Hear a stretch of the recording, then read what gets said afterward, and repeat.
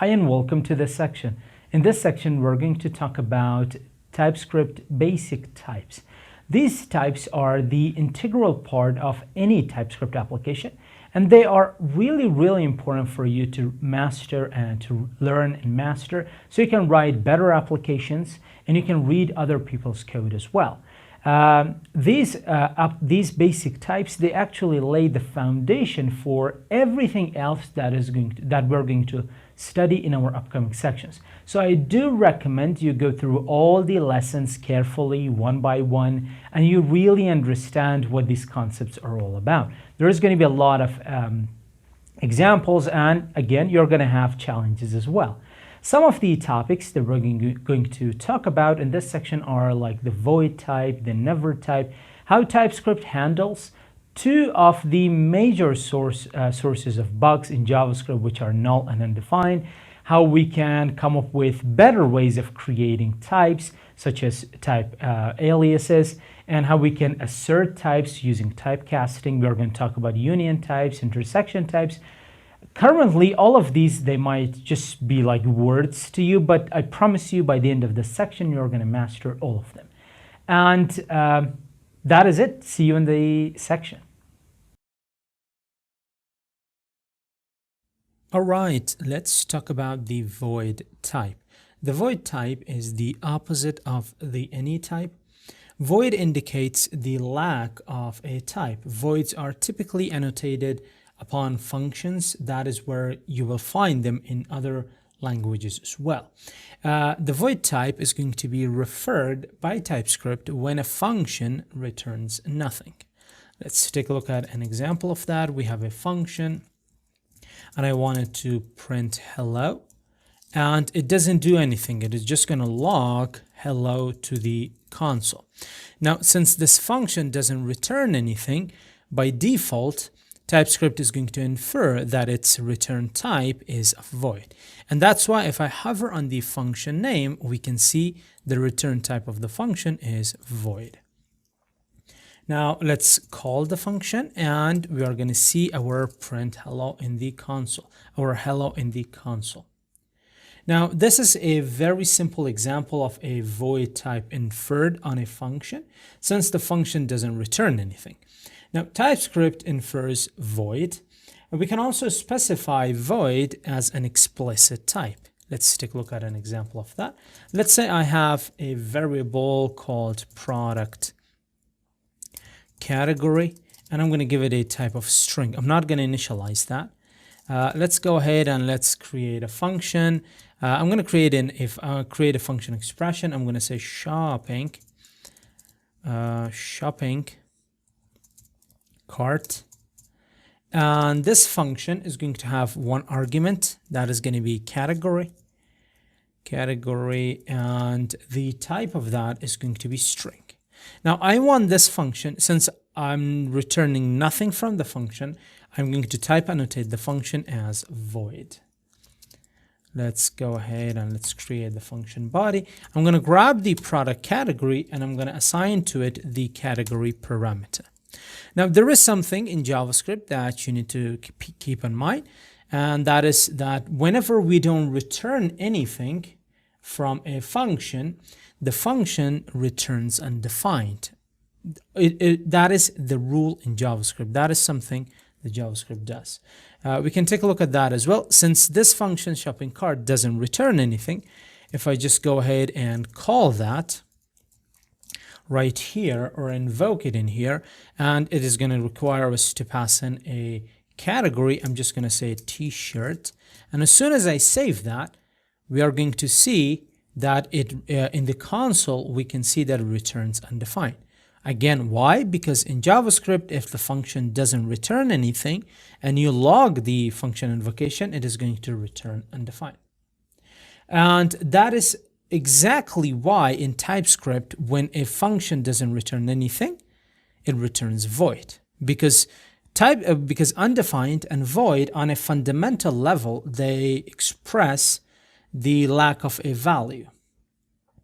And that is why when our function doesn't return anything, we need to type annotate it to void, just to make sure that, just to convey our intent, which is that this function doesn't return anything.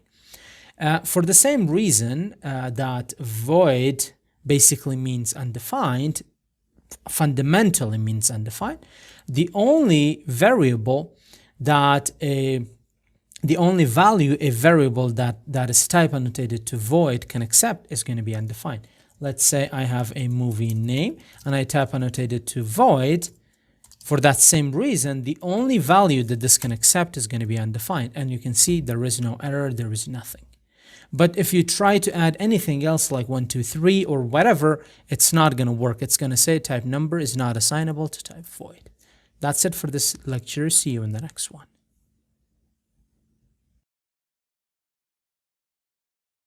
In this lecture, I'm going to talk about the never type. The never type basically says that a value will never occur.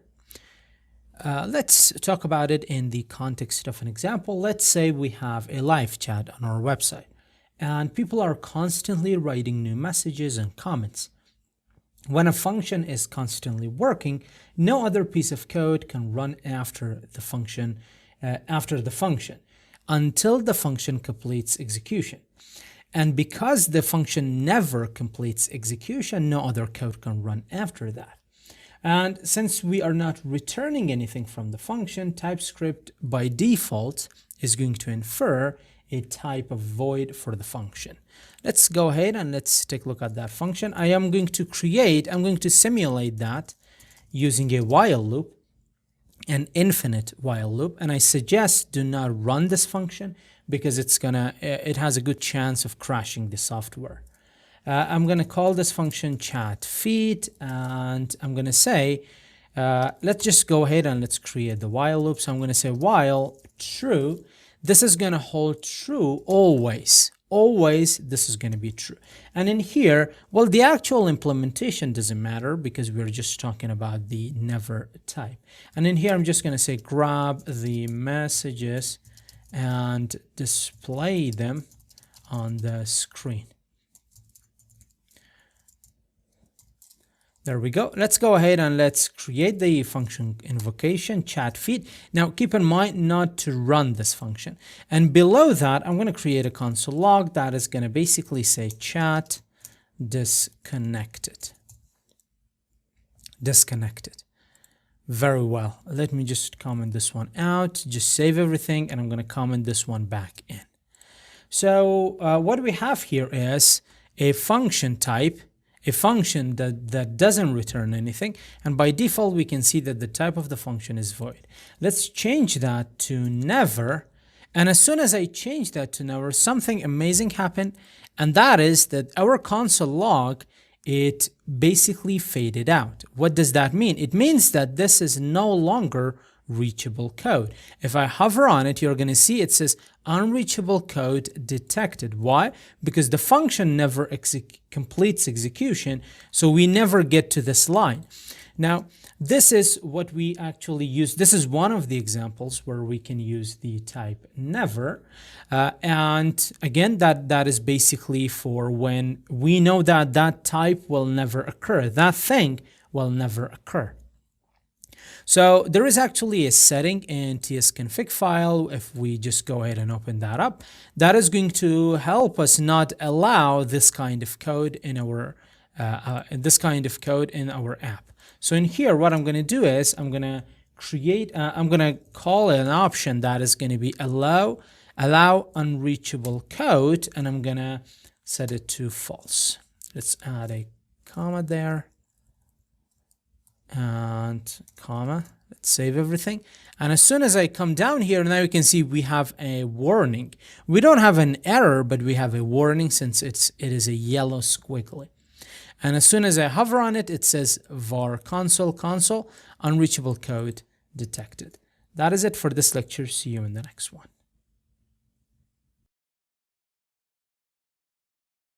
All right, let's talk about null and undefined values.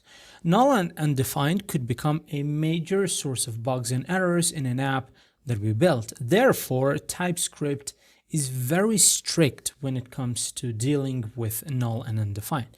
Let's say we wanna have a function that basically displays a certain amount of discount based on a certain season. Let's go ahead and let's create that function. First of all, what I'm going to do is I'm going to create a discount variable, and I'm going to type annotated to number, no values. I'm going to create a function that is going to be special discount, and this function is going to accept a holiday season parameter, holiday season, and the type of that is going to be Boolean. So whether or not it is holiday season, and it is going to return a number for us. Now I'm going to say if holiday season is true, that means that we are going to provide more discount. Return discount. The implementation doesn't really matter, but we just want to get to the point. So it's going to return 25% discount, else it means that it is not a holiday season, else we are going to return 15% discount. Very well, so everything is working correctly so far. Let's go ahead and let's call this function special discount, and I'm going to invoke that. And let's go ahead and let's pass in true first. So the holiday season is true. It means that we are going to return 0.25 or 25%. Let's store the return value from the function in a variable holiday discount. And then I'm going to say console log holiday discount. Save that. And we should see 0.25. So everything is working correctly. What if we pass in a value of false? And when I save that, we get 0.15. So everything is working correctly. But what if we don't know whether it is a holiday season or not, and by mistake, we pass in null or undefined? So as soon as I do that and I have run, you can see it says argument of type null is not assignable to parameter of type Boolean. It's very specific in its error, and it's giving you all the information that you're going to need. But this error, it's coming from the tsconfig file. And even though we don't see that here, but by default, that strict null checks option or setting or flag is on. So I'm going to say strict null checks, and I'm going to set it to false. By default, it is true. That's because it shows how much TypeScript is serious, how serious TypeScript is when it comes to null and undefined. So I'm going to get this strict null checks, and I'm going to make it false so it doesn't check it against that. And as soon as I do that, you can see that the error is gone. And now we have this null within a function that basically returns a number, and it accepts a Boolean, and we get this null. And technically, we should be able to pass an undefined as well. I'm going to comment that one out, and there we go. And if you want to make sure that these kind of errors, these kind of bugs do not penetrate into your code, you're basically going to go ahead and you're going to say strict null checks, set it to true, just to make sure even by mistake you're not going to provide undefined or null where a Boolean value or a string or a number value is expected. I'm going to comment this one back in. That is it for this lecture. See you in the next one.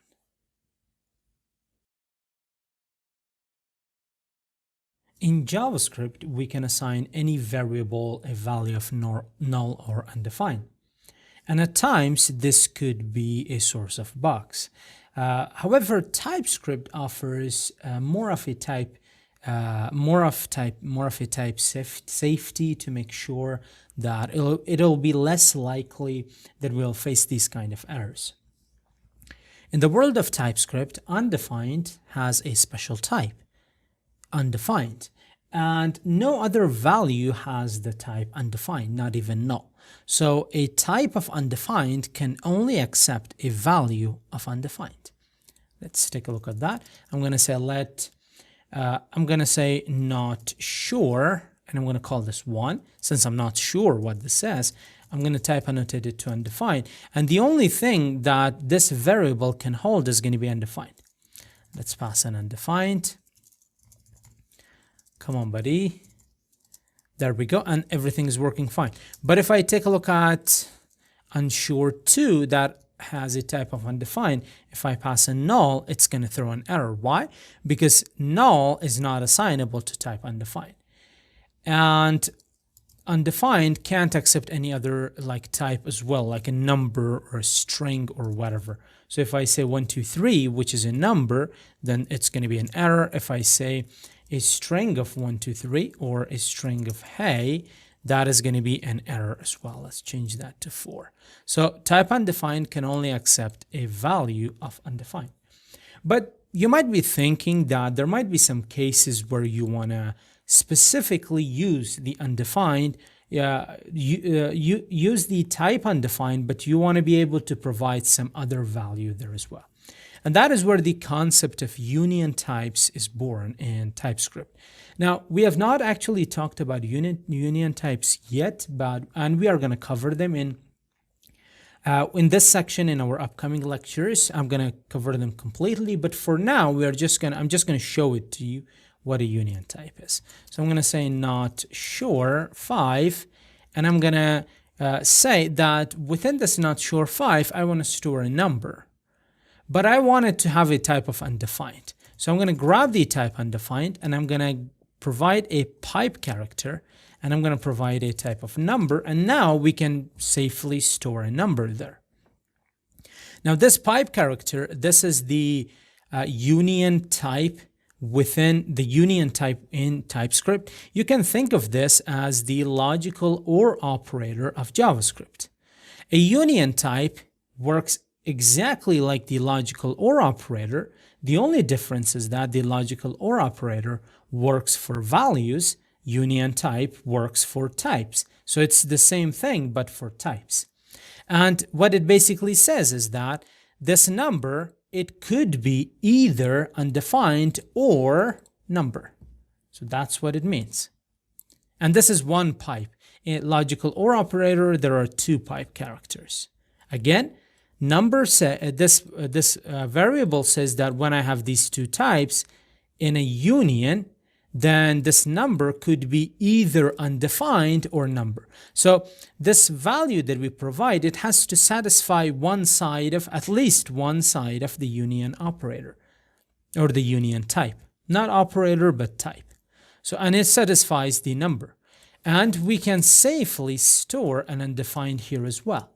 Why? Because that would satisfy the undefined part. There we go. And there is no error.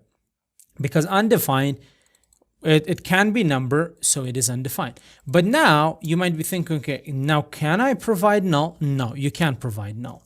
Still, not sure 7. And if I hover on that, type null is not assignable to type number, union undefined. So union this or this. That is it for this lecture. See you in the next one.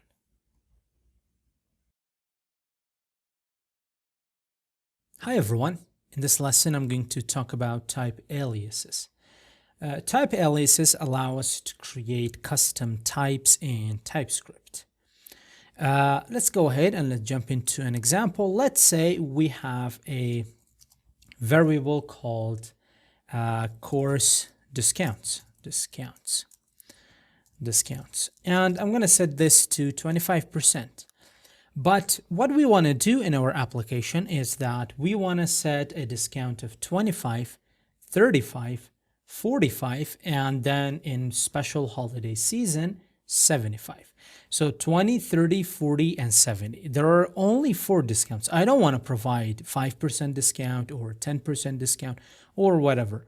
With our current implementation, if I just access the value, the variable course discount, I can set it to 5%.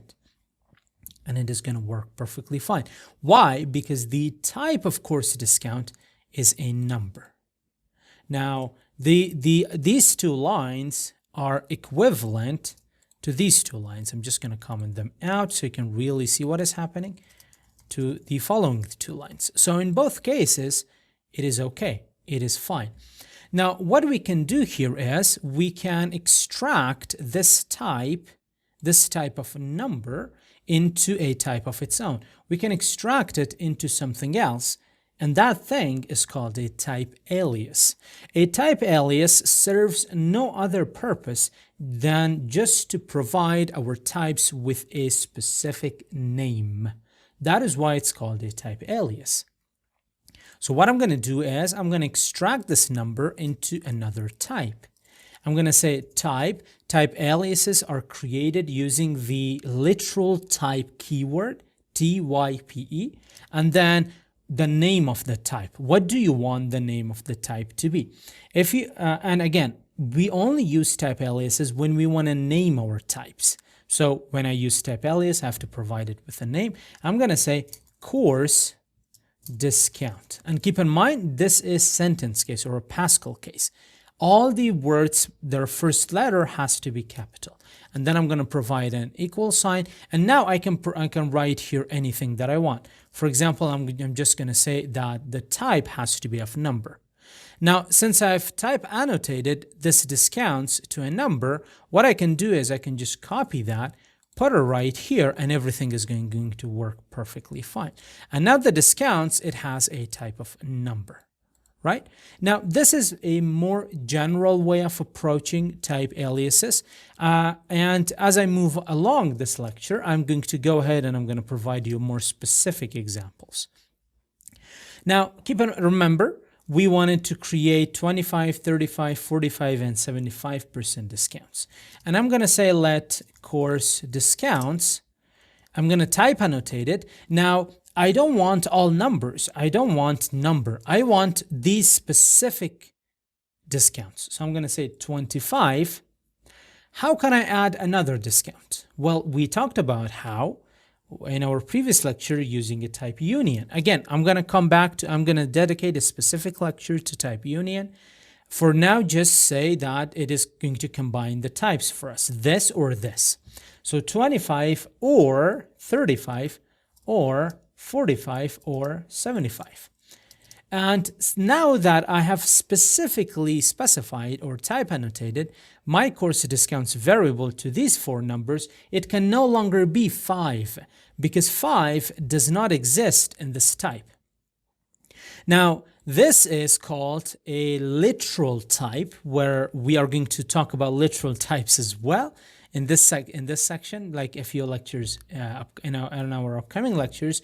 But what this technically says that type 5 is not assignable to these types, because within these four types we can see type 5. Now, we have removed the number because number is so general. We have like all positive numbers, all negative numbers, and we have constrained our range to only these four numbers. Now, this may not look something that is that readable, like within your variable declaration, you have all these literal types and union types. Well, this is where type aliases shine. We can just replace all of this with a type alias. So I'm going to say course discounts, and I'm going to get all of these. I'm going to cut them, put them right there, and I'm going to get the name of type alias, put it right here. And now this is more readable, and this is why we use type aliases. And now this course discounts, it could be 25, 35, 45, and 75. It can't be 5 because that is not what I want my application to do. Now, this you cannot do in regular JavaScript without having to write a lot of conditionals and control flow. But you can do that easily. This course discounts, it cannot accept any other number aside from these four. So I'm going to set it to 35. I'm just going to give you like 10. It can be accepted. And I'm just going to set it to 35. These type aliases, they can work with strings as well. I'm going to give you an example of that. Let's say I want to create a type for this TypeScript course. I'm going to say online course or TS course, and I'm going to set it to the string of TS. Now, whenever you use these kind of type aliases, I'm going to zoom in for this so you can really see, you can really understand what I'm talking about. you need to understand that this TS is no longer a string. It is a type. Type aliases cannot contain values. String is a value. String is actually a type that represents a value. But in this case, this TS, even though it looks like a value, it is not a value. It is a type. Keep that in mind. Again, type aliases cannot have values. They can only contain types. And this TS is a very, very specific type. No other type can penetrate this aside from the TS itself. So we have created a TS type that happens to look like a string. Above, right here, we created 4 types that happened to look like numbers. Even though they're not numbers, they're types. So you need to be able to distinguish between these two. So I can say let course name, and I'm going to type annotate it to TS course. The only value that this course name can accept is TS. It can accept like TS bootcamp. And you can see that type TS boo is not assignable to type TS. So we are leveraging literal types, and this is called a literal type. So using this type alias, we created a literal type that is literally TS, and it literally cannot accept any other type. Type aliases, among these kind of types that they create for us, they can create an object shape as well. And that is what they're mostly known for. You can create a type for an array, you can create a type for an object, a string, a number, a boolean, whatever you want. So there is no limit to what you can do with it, but they're very well known for creating types for objects or creating the shape of an object. And what do I mean by creating the shape of an object? Let me copy this line, put it down here. Let's save that.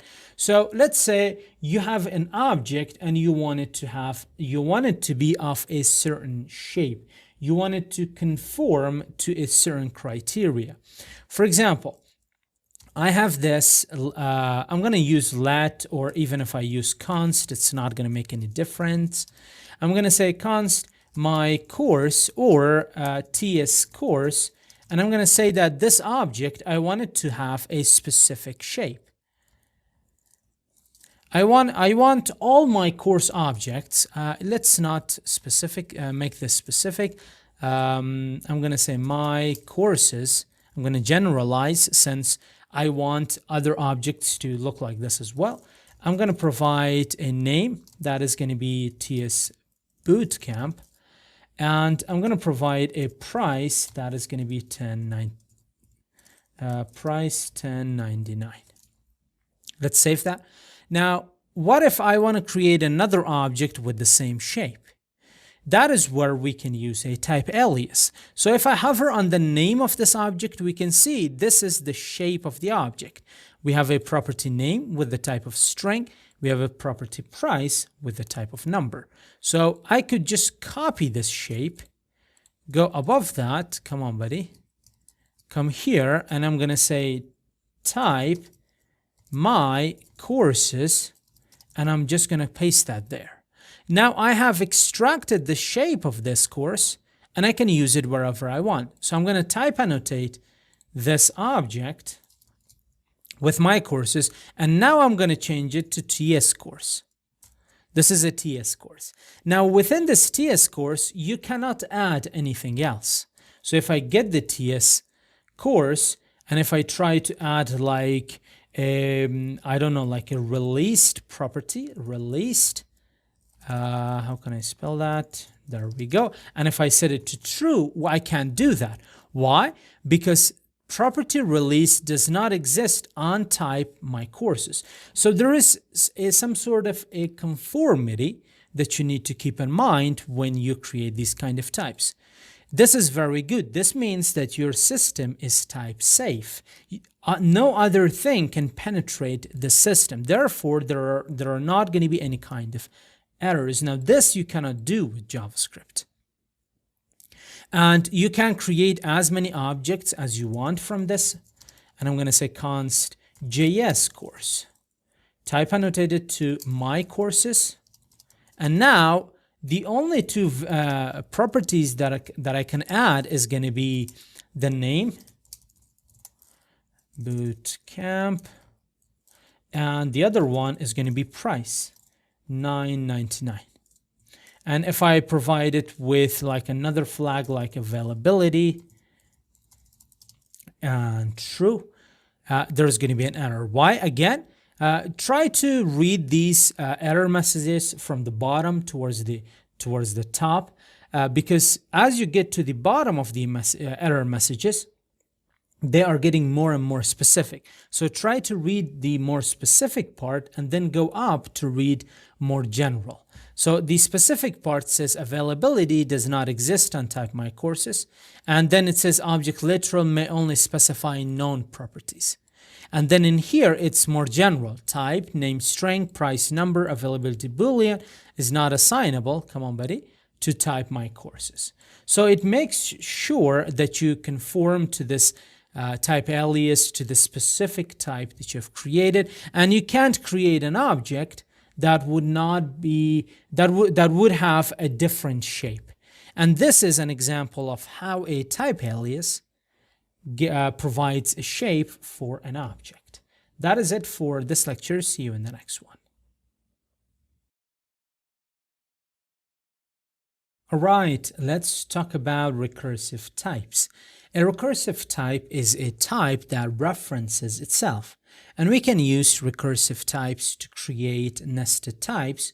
For example, an array of nested arrays and nested numbers. Let's take a look at an example of a recursive type. I'm going to say the type is called nested array.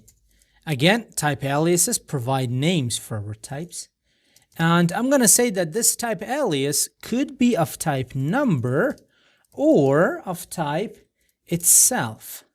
Nested array, an array of itself. And this is why it is a recursive type. It is happening recursively because it is calling itself.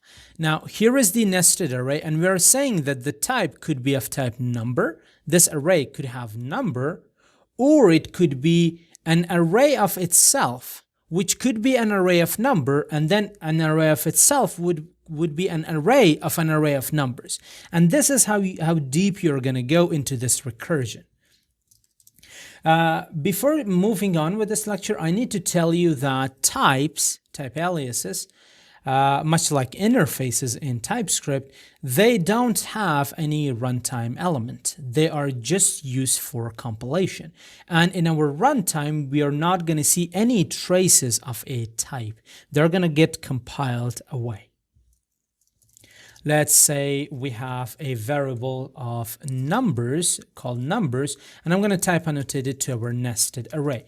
Now, the only thing that this could accept could be a number 1, 2. So this is an array of 2 items.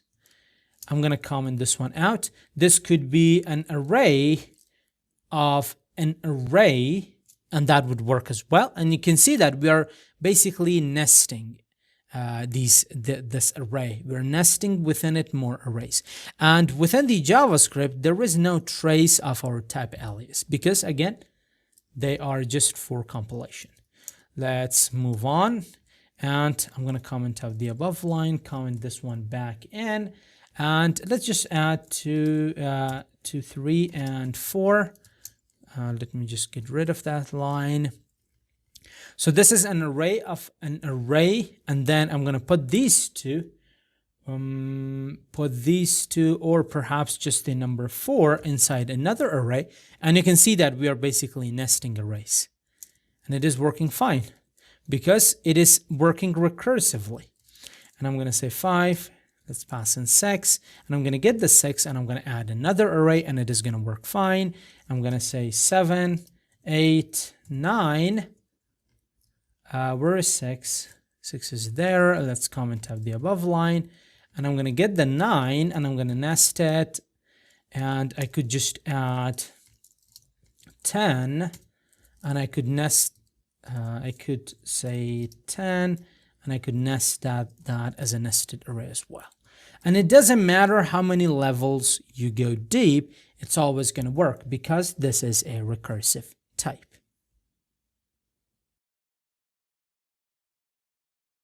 Hi everyone, in this lesson I'm going to talk about type assertions, aka typecasting.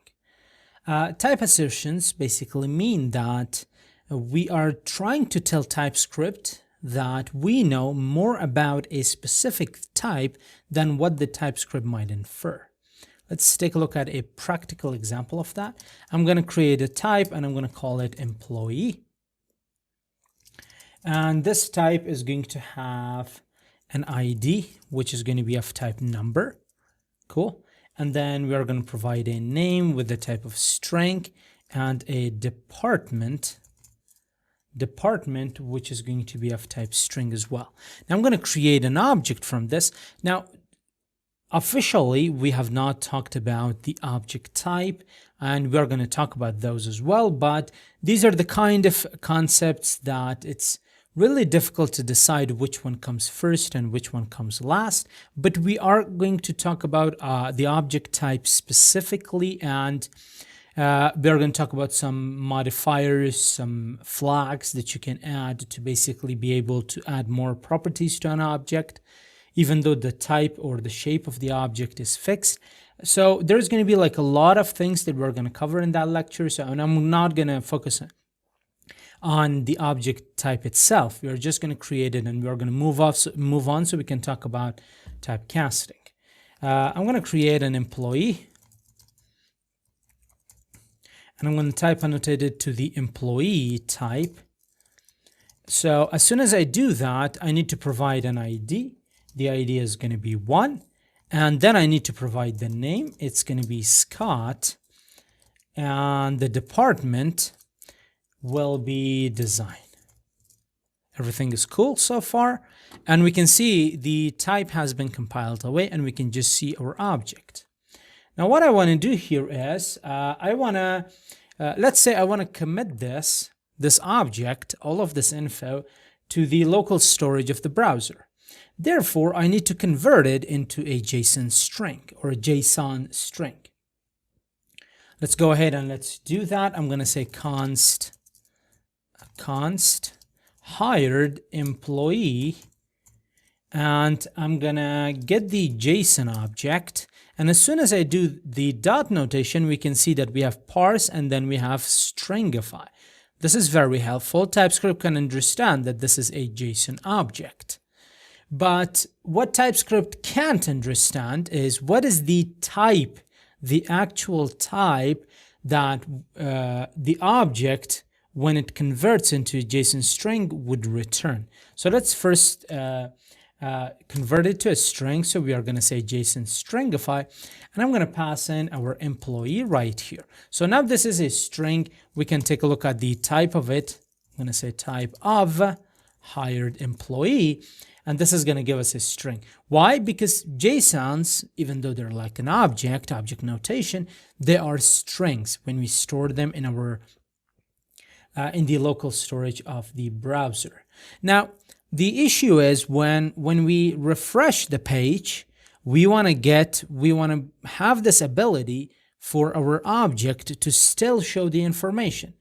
That's why we're storing it to the local storage of the browser so we can retrieve it later. Now we know that this is an object that we have converted to a JSON string, but nonetheless it is an object. So how can we retrieve it back from the local storage? I'm going to create a function, and within this function I'm going to say get employee. The name of the function is going to be get employee info, and I'm going to pass in an employee object that is going to have a type of string. Why? Because JSONs are strings. That is what we have stored. And I want to get this return JSON dot, and I'm going to parse that string so I can convert it into an object, employee object. And so we have done that successfully and everything is working fine. Let's hover on the name of the function. Well, as soon as I hover on that, we can see that there is a type of any. Now, this is a lot more flexibility than what we want. Now, we are not returning any from this function. We are returning an object from this function.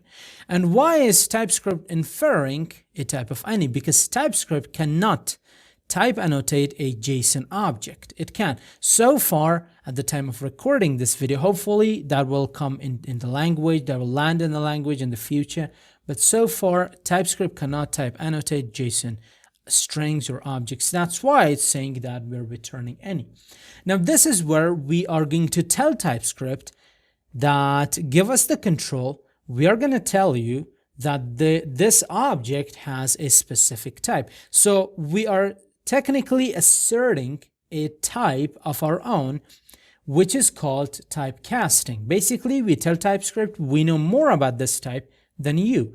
So let us decide what the type is going to be. And for that, what we have is there are actually two methods, two ways of doing this. One is the old way and one is the newer way. And we're going to talk about both of them here as well. And as soon as I hover on the parse method, you can see that the parse method returns any as well. So in here it returns any, and in here it returns any. That's because, again, TypeScript doesn't know what is happening here. So I'm going to comment this one out, and I'm going to create a comment. I'm going to say old method of type of asserting the type. I'm going to create a parenthesis, and then I'm going to basically get our JSON parse. I'm going to put it right here. Now, the way that we are going to assert the type of this is going to be by providing angle brackets.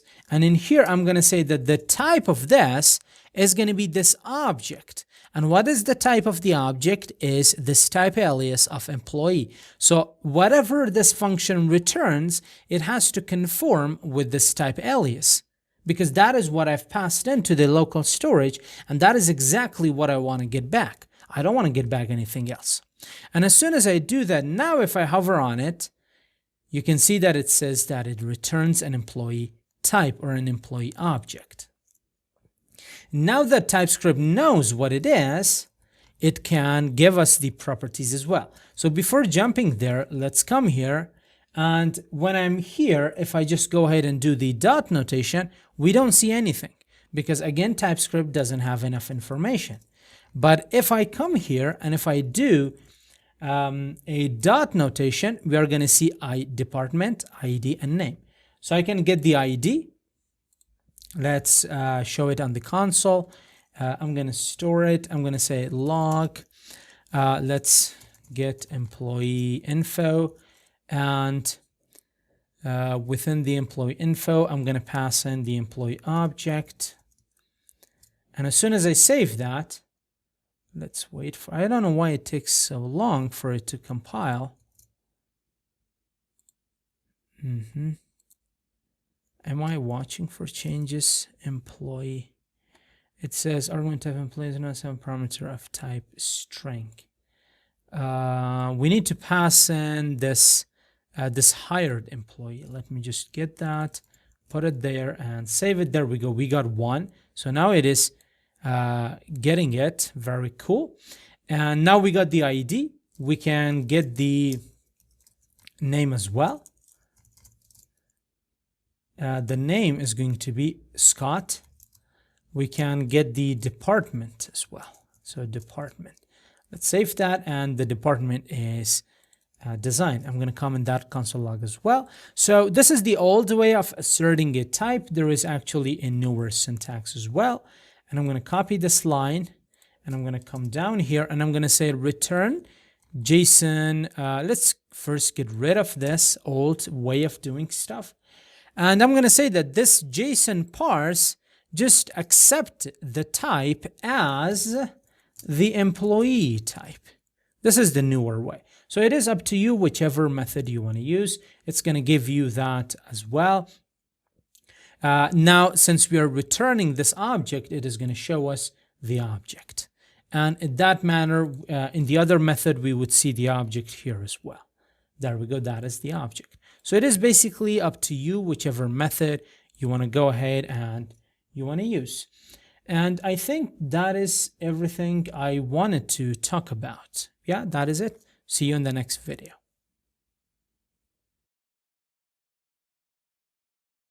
Union types allow us to type annotate more than one type to a variable or a function parameter. We have already seen a couple of examples of union types, and this is the official lesson where we are going to talk about them more. Let's say I want to create a variable that is going to be called first password. Now, since this is a password, I want it to be of type a string or a type of number. Now, if I just say type number, the only thing that I can store in here is going to be a number, and I'm not going to be able to store a string. So this variable is very strict. It can only accept numbers. And this is where we can use a union type to tell it that you need to be a little bit more flexible. You need to accept a number, and you need to be able to accept a string. Now it can accept a string, and in this example, it can accept a number as well. And this is what a union type does for us. A union type is the equivalent of the OR operator, but for types. And what we are technically saying that this variable could have a type of number or string. That is basically what we're saying here. Let's take a look at another example. And this is going to be a function, so I'm going to create a function. Let's make it a function expression. Let tip, this is going to be the name of the function, and I'm going to create a parameter of bill amount. And the bill amount is going to have a type of number, and then tip percentage. Tip percentage, let me provide another P there. Now tip percentage, I want it to be either a string or a number. So I'm going to say string or a number. This is where we can use them in functions as well. And now what I would like to do is I would like to say that I want to return from the function a number. Let's take a look at the function body. Now, what I'm going to do is I'm going to use a control flow to basically check if the tip percentage is a number or if it is a string. Let's take a look at that. I'm going to say if type of tip percentage is equal to a number. Now this type of operator, we know what it does in JavaScript, but in TypeScript it does something else. It is the first type guard that we are actually talking about, that you're seeing. Type of is a type guard. I have specified a complete lecture for it. I just wanted to make sure that you hear this word type guard. And what it basically does is it guards our types from other types, so the other types cannot penetrate the only type that we want. So as soon as I say tip percentage type number, the only thing that this if statements block is going to have is going to be a number. So within this realm of these curly braces, tip percentage can only be of one type, and that is number. So tip percentage, and as soon as I do the dot, you can see we get all the number properties. We don't get anything else because this is a number here. And if I hover on it, you can see the number here as well. So we are guarding our type against other types, and this is called narrowing, which I've actually, this entire thing, this type of is a type guard, and this entire concept is narrowing, type narrowing. So from a broader type of a string number, we have narrowed it to a narrower type of just number. And in here, we can just see that tip percentage is a number. And as when this is a number, the only thing that I want this if statement to do is return bill amount multiplied by tip percentage. Tip percentage. Everything is cool. And as soon as I do the else statement, what is the other possibility? The other possibility is string. So within the tip percentage type, the tip percent within the else, sorry. Within the else clause, tip percentage can only be string. And this is the power of narrowing, type narrowing in TypeScript. We have specified within here it can only be a number within the if clause, and within the else clause it can only be a string. It can't be anything else. So tip percentage is going to be a string. Now what I want to do here is I want to first convert it to a number, since this is a string here, and then I want to calculate the tip. So I'm going to say let calculated tip, which is going to have a type of number, is going to be equal to bill amount times, I'm going to get the parse int method that is going to convert a string that could be converted to a number, parse int method, and I'm going to pass in the tip percentage. Now keep in mind, this is not going to cover the NaN, not a number, edge cases, because again, we're just talking about types. The actual implementation doesn't really matter. I'm just giving you some example. If you want to go crazy with it and just make sure that the string could be converted into a number, and if it is not, then you basically return a message to the screen. I don't want to get caught up in the implementation of the function because we're just talking about the types. I'm going to convert that, and then I'm going to divide it by 100, which is going to give me what I want. And after doing that, I'm going to return calculated tip. That is it. That is the only thing that I want to do. Now let's go ahead and let's use our function. Let's make sure that it works. I'm going to say let tip amount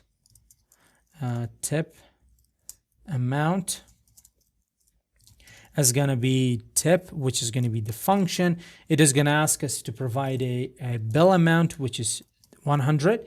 And for the first render, or for the first time, for first call, I'm just going to provide a number. And let's log it, tip amount. Let's save that, and it is going to tell us that it is $15 or 15, whatever the currency is. And we can pass in a string as well. So I can just say a string of like 20%, 0.2, and this is going to give us 0, 100. It should have given us 20, 12. It did 0.2. Oh, it is a string. So what I'm going to do is I'm going to say 20%. This is basically the corner case that so you saw that that percentage didn't work. So you can just provide some logic for it to work, but I just want it to be like either a decimal point or like this kind of 20%, 15%, whatever. And then I convert this to a number divided by 100 multiplied by the bill amount. And this is going to give me $20. That is it for this lecture. See you in the next one. Hi everyone, in this lesson I'm going to talk about literal types. We have already seen like an example of a literal type, and I've already talked about it, but this is the actual lecture where we're going to dive more into literal types. Literal types, as the name suggests, are the kind of types that extremely strict our values, or the values that a parameter, a function parameter, or a variable can accept.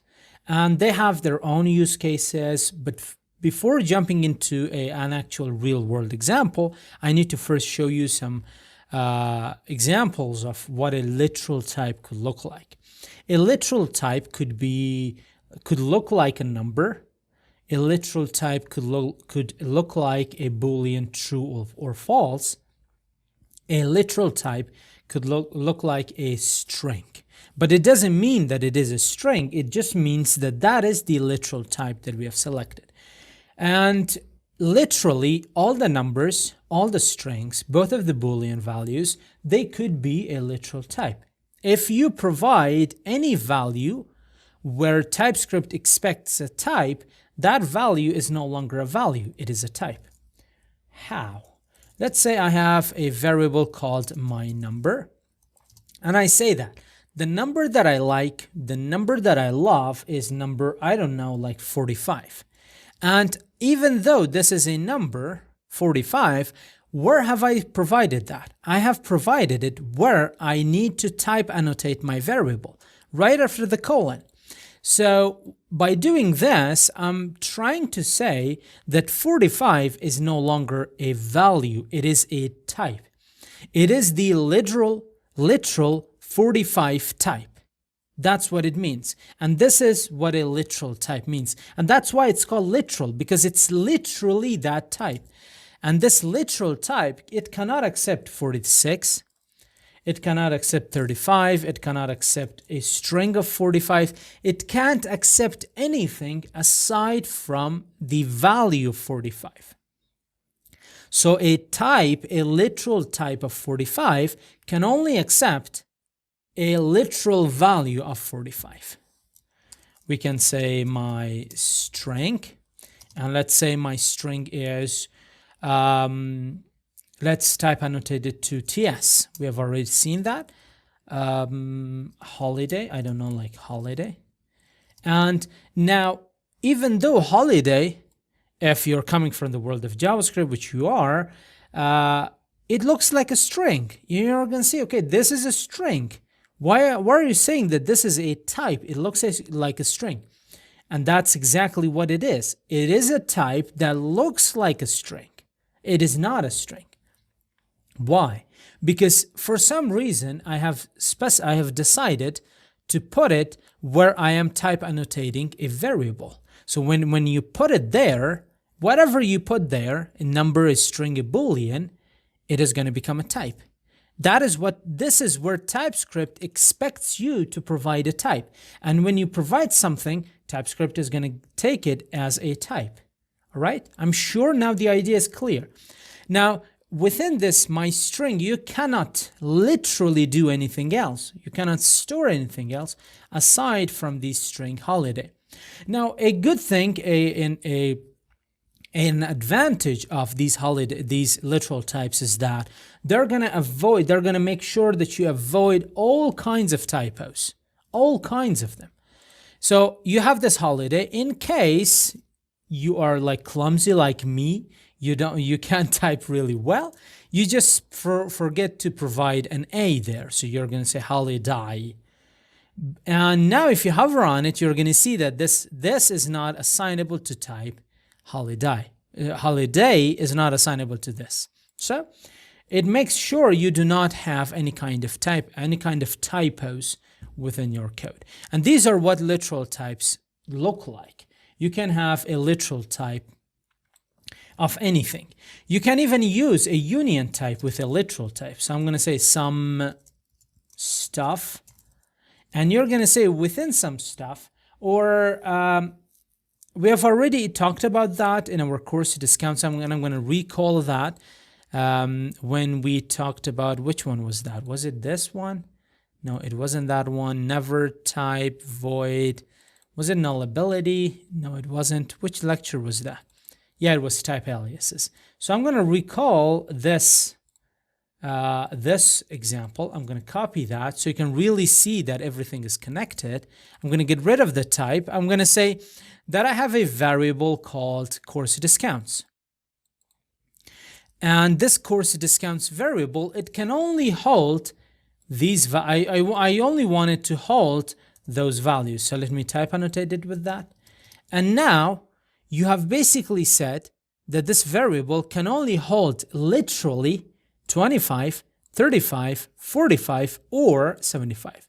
So this is a combo of literal types and union types. And this is very common, very, very extremely common in TypeScript. So it is a good idea to really understand what is happening here. We are saying that this variable can only hold 25, 35, 45, or 75. And these are literal types. It can't hold anything else. So if I do 15, it is not going to work. If I do 25, it is going to work. If I do 30, it's not going to work. If I do 35, it is going to work.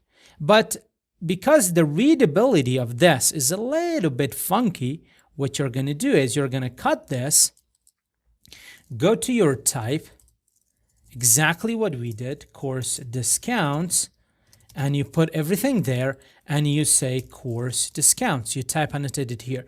And it doesn't matter if you do this, the behavior is going to be that, is going to be the same.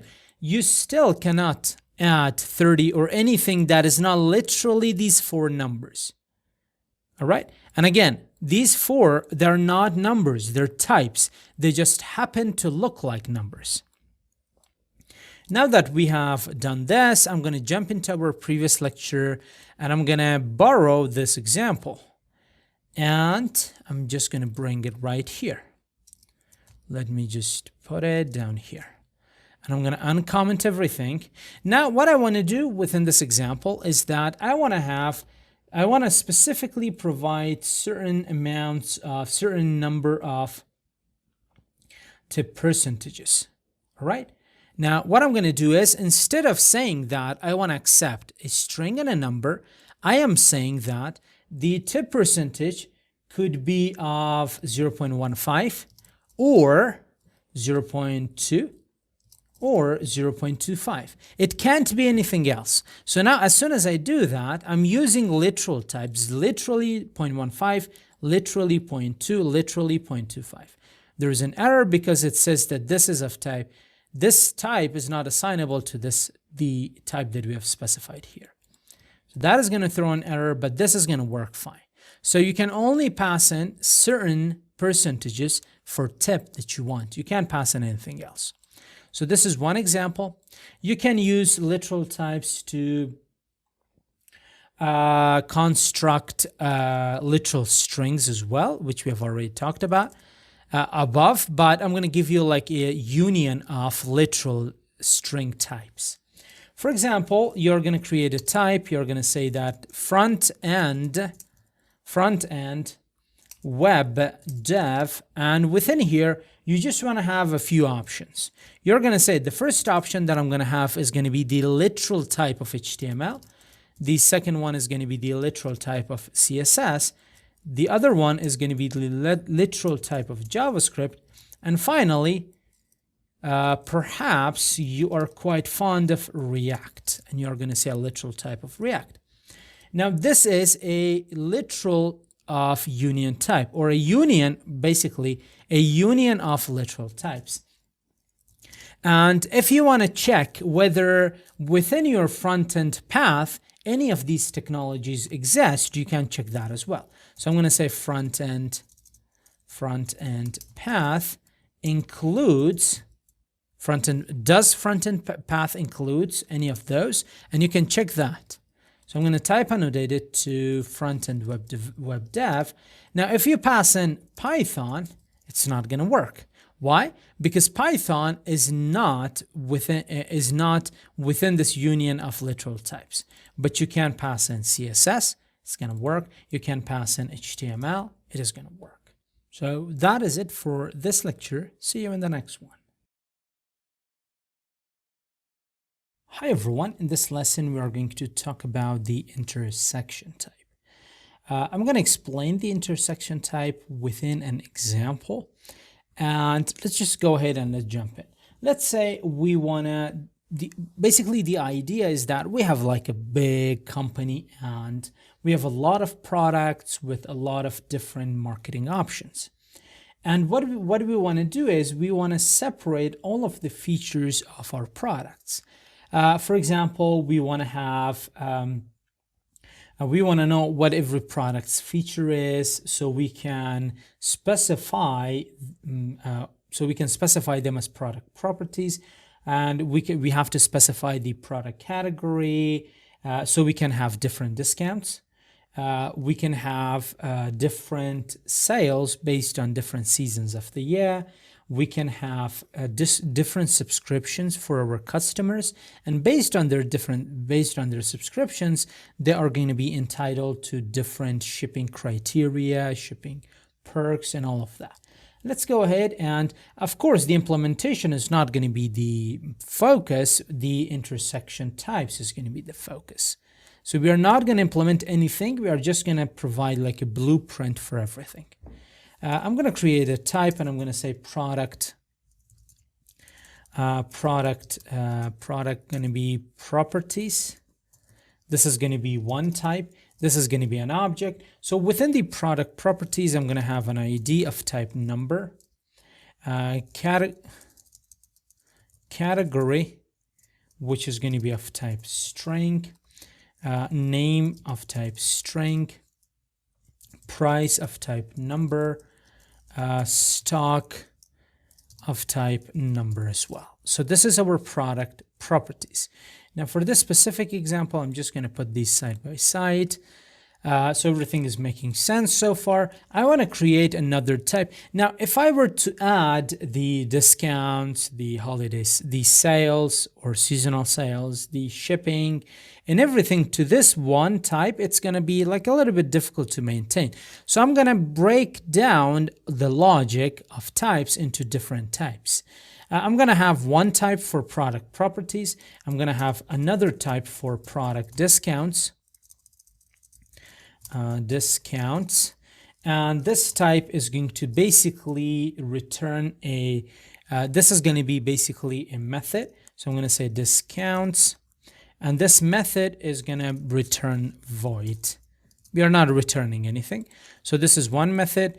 The other type that I'm going to create is going to be product seasonal sales, and this is going to be a method as well, which is going to be called holiday sales. All right, and since I'm not returning anything, the type is going to be void. So everything is making sense so far. I'm going to create two more as well. So type product subscription. This is going to be an annual. You know what? I'm just going to say subscription, nothing else. Subscription, and again we are going to return void, and there is one more that is going to be product shipping. Type product shipping, which is going to be shipping, and again we are returning void. Now this is everything that we have, and within each of these types, we could have several other properties, other methods. We could have more methods. And then what you're going to end up with is going to be like a lot of different types. And it's going to be very difficult to type annotate your objects with all these different types. So what we do is we combine all these types together in a mother type, if you will. And then we type annotate our objects with that mother type. What would be the mother type? So the mother type I'm going to call product. And this is where we use an intersection type.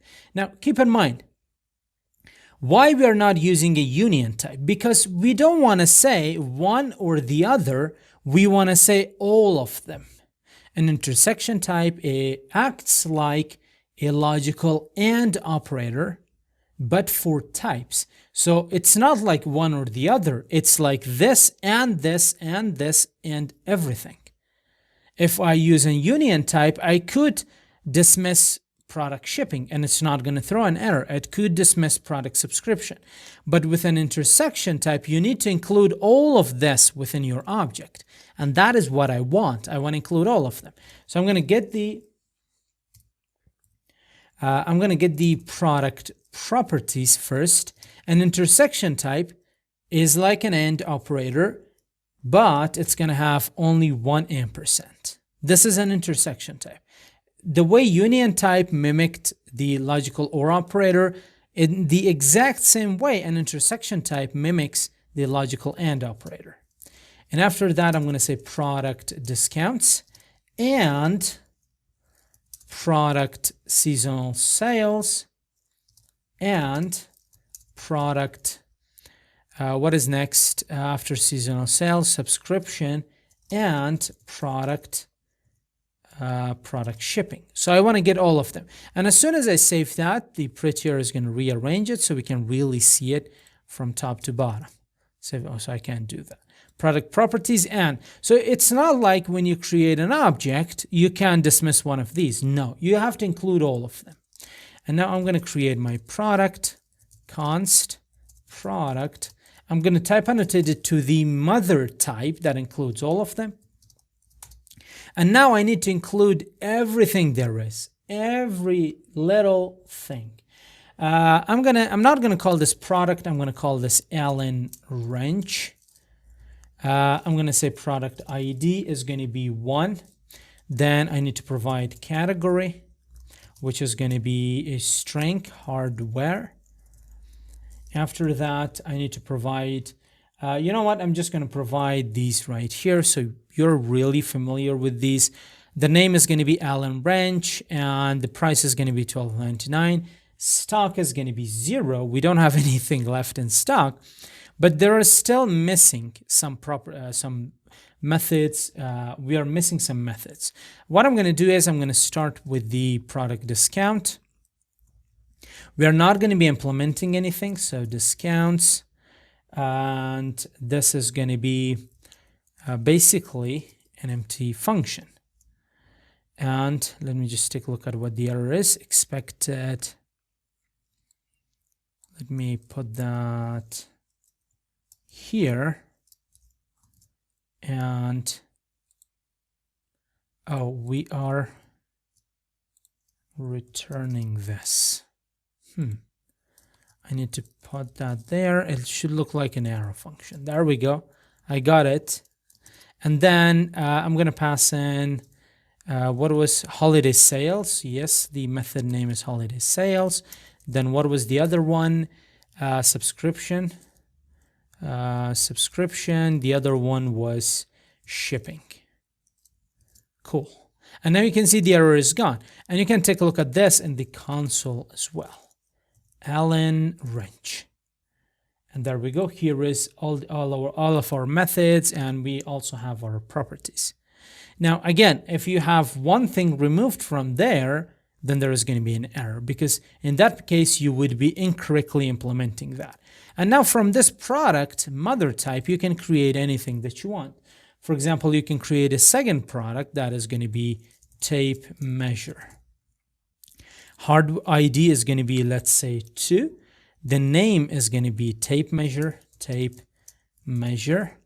The price, I don't know what the price is going to be. I'm just going to say like $2.99.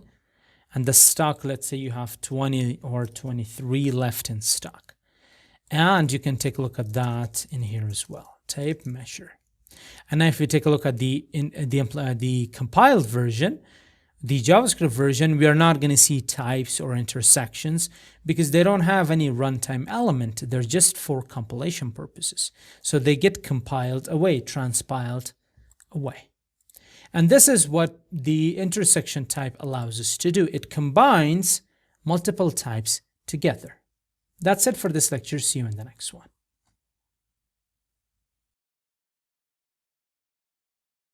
All right, let's talk about the function type. We have already talked about how functions are implemented in TypeScript, but in this lecture, we're going to talk about the actual function type. Let's say we have a variable called product name, and we don't type annotate it, we don't give it any value, we don't give it nothing. Now what TypeScript is going to do is it is going to type annotate it to any. Now this is not something that we want. What we want is we want to type annotate it to a function. And as soon as I save that, we can see now the function, the product name's type annotation has changed to a function. How can we create a function from this? We're going to grab product name. Let's say we have only one parameter of product that is going to be of type string, and we want to return that from the function as well.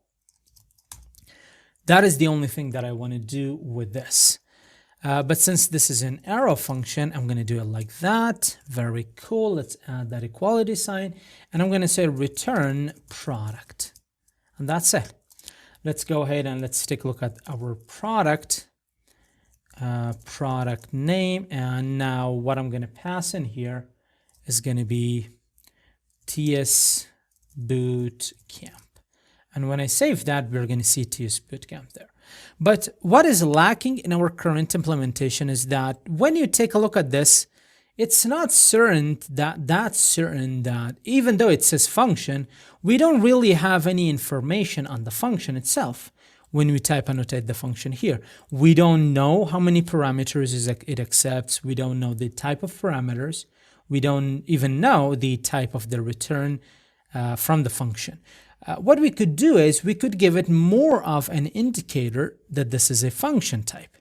And for that, what I'm going to do is I'm going to comment these ones out, put them down below, so you have that as a reference. Very cool so far. Let's comment this one back in. So let's go ahead and let's provide more of an indicator. And for that, what I'm going to do is I'm going to get rid of this function keyword, and I'm going to say that I'm going to provide the signature for a function. What is the signature for a function? Pair of parentheses, and then the return type, what the return type is.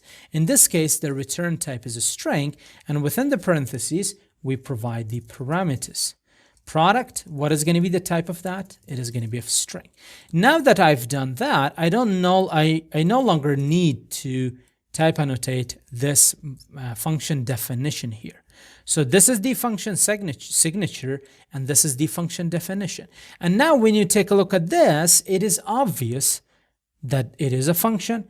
It is obvious, it is clear that it has only one property, one parameter of type string, and this function only returns a string. And if you save it, you're going to get the same result as before. Save that, everything is okay. That is it for this lecture. See you in the next one. Optional parameters are the kind of parameters whose values are not necessarily required. For example, we just have one parameter here with type of string within our function signature, and if I just go ahead and remove the argument for that parameter, we're going to see an error that we need to have one argument, but we supplied none. Let's create a price with a type of number. Now this parameter, as soon as I create it, we get the same error, almost. 2 arguments required, but we just provided 1. What I'm going to do is I'm going to say that I want to return price and product from this function. Now, since the return type of the function is string, I need to convert this to a string. So I'm going to use backticks, and I'm going to get their value using template literals. Let's get the value. There we go. And now we have gotten the value. But if I take a look at that, it says cannot find name because we have not added that in here. So let's add that. The error is gone. We still have this error.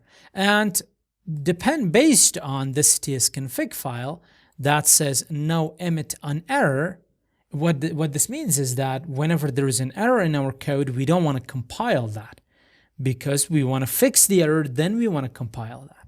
In the world of JavaScript, this is fine.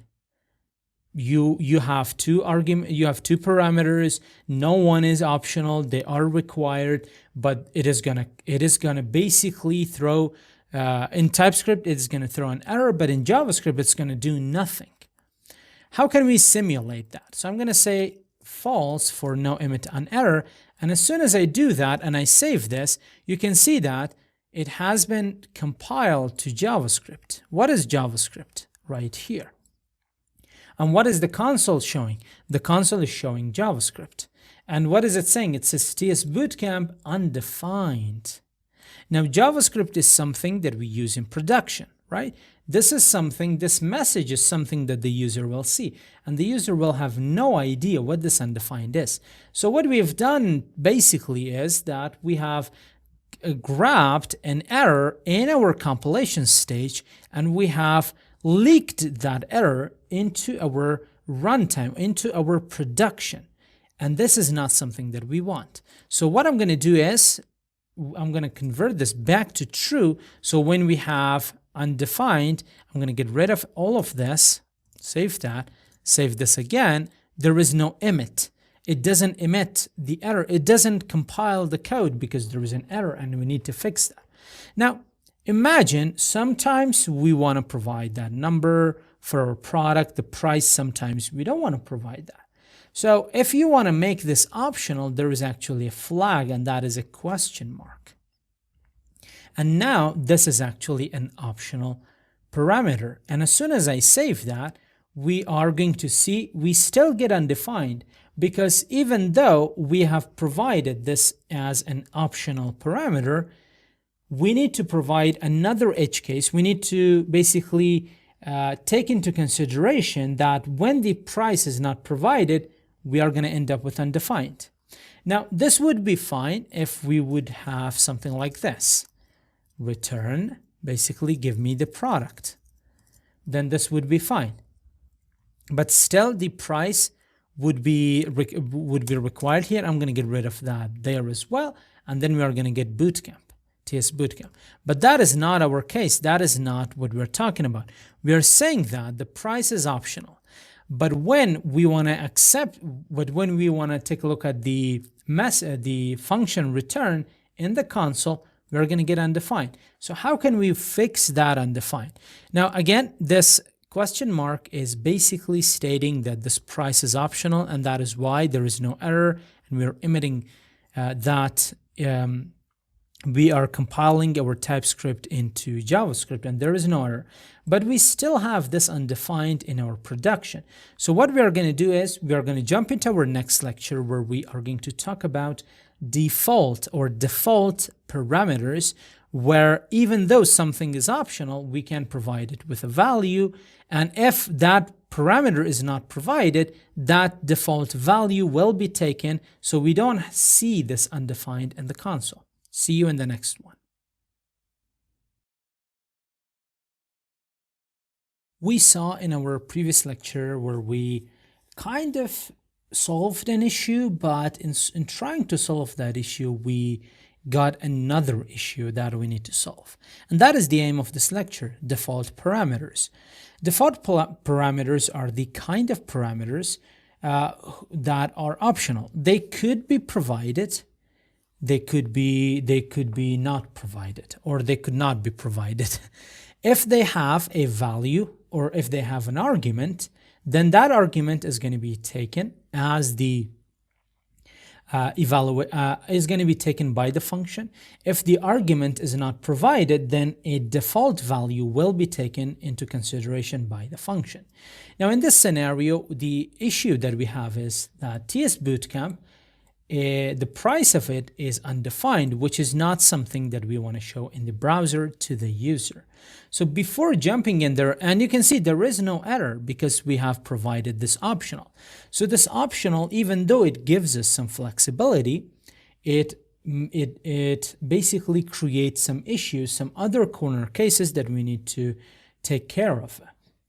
Now, in this case, what we need to do is, since we do not want to provide a value for the price, we need to provide a default value for it. So if the value is not provided, we are going to get that default value. Now, let's take a look at where we have used the price. In here, we have the price, we have type annotated that, and we have provided the optional flag there. And you might be thinking, okay, let's just add the default parameter here. And default parameters and optional properties, they are newer JavaScript features that TypeScript also supports. So you should already be familiar with these. We are just actually bringing type into JavaScript. We are not studying JavaScript. We're studying TypeScript and how TypeScript can be intertwined with JavaScript. All right. So what we could do is we could provide that here, but keep in mind that this is the function signature. This is not where we have defined the function. This is where we have said, we have stated that this is what the function is going to look like. That is why it's called function signature. So if we provide it here, that would be like we provide a value within a signature, which is going to be an error, because parameter values can only be within a function definition or within a constructor, and within a constructor function. What do I mean by a constructor function? That is when we get to, we're going to talk about that when we get to object-oriented programming.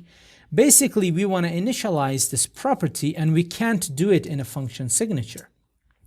That is an initialization error. And it says a parameter initializer is only allowed in a function or constructor implementation. This part we are going to cover. The function, we are going to cover it right now. So I'm going to come right here and I'm going to say, if the price is provided, take that value. But if the price is not provided, take 10.99. And as soon as I save that, the reason that it shows this error is because for some reason my internet connection is gone, and I am not sure why. It says no internet. I'm just gonna the server is gonna work fine, but then I have this error right here, and it is this error. Let me just get rid of all the issues. No issues. I don't know why I don't have internet. The internet is gone. I'm not sure why. So anyway, that is life here in Afghanistan. Just don't pay attention to this. It's just internet disconnected. Anyway, but our server is working fine. So now, if the value if the argument for price is not provided, we're gonna get 10.99. But in case we change our mind and we provide the value for it like 9.99, then that value will be adopted. We're gonna see that it says TS Bootcamp 9.99, and this is what is called a default parameter. Here is an optional one, and here is a default one. See you in the next video.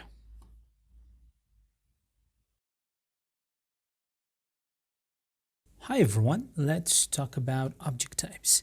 We have already seen how type aliases work and how they are attached. They're being type annotated on objects. In this lecture, I'm just gonna solidify everything we have been studying about objects so far. So what I'm gonna do is I'm gonna go ahead and I'm gonna get started by creating a object, if I can just get the const right. And I'm gonna keep everything very, very simple. Let's say we have a product object, and what I'm going to do is I'm going to add a name property of TS, price property of 10.99, and then I'm going to say level is going to be beginner. All right, so this is our object, and what I'm going to do is I'm going to go ahead and I'm going to provide a type for it. So the type, the way that we can type this object is right after the name, I'm going to do a colon, and in there, I'm going to open up the object syntax, which is a pair of braces, and then I'm going to hit enter. So what do I want within this object? Name, price, and level. Name, which is of type string, price, which is of type number, and then level, which again is of type string. So this is the very fundamental and easy way of type annotating an object. Now, when you type annotate this object like this in line, you can't reuse this type annotation anywhere else.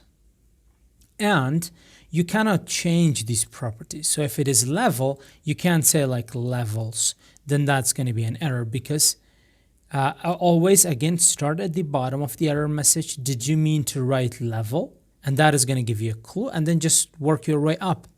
And it says object literal may only specify known properties, but levels does not exist on this type because it is level. So type annotating an object is very good because it stops us from creating issues and making type and basically making typos, making mistakes. But one thing is happening here is that we can't reuse this. What if we want to create another product with the same shape? We can reuse that. What we could do is we could use a type alias, and I'm going to call that, you could call it whatever you want. I'm going to call that product, and in there I could just get rid of the curly braces, get everything from there, just cut it, and then add product.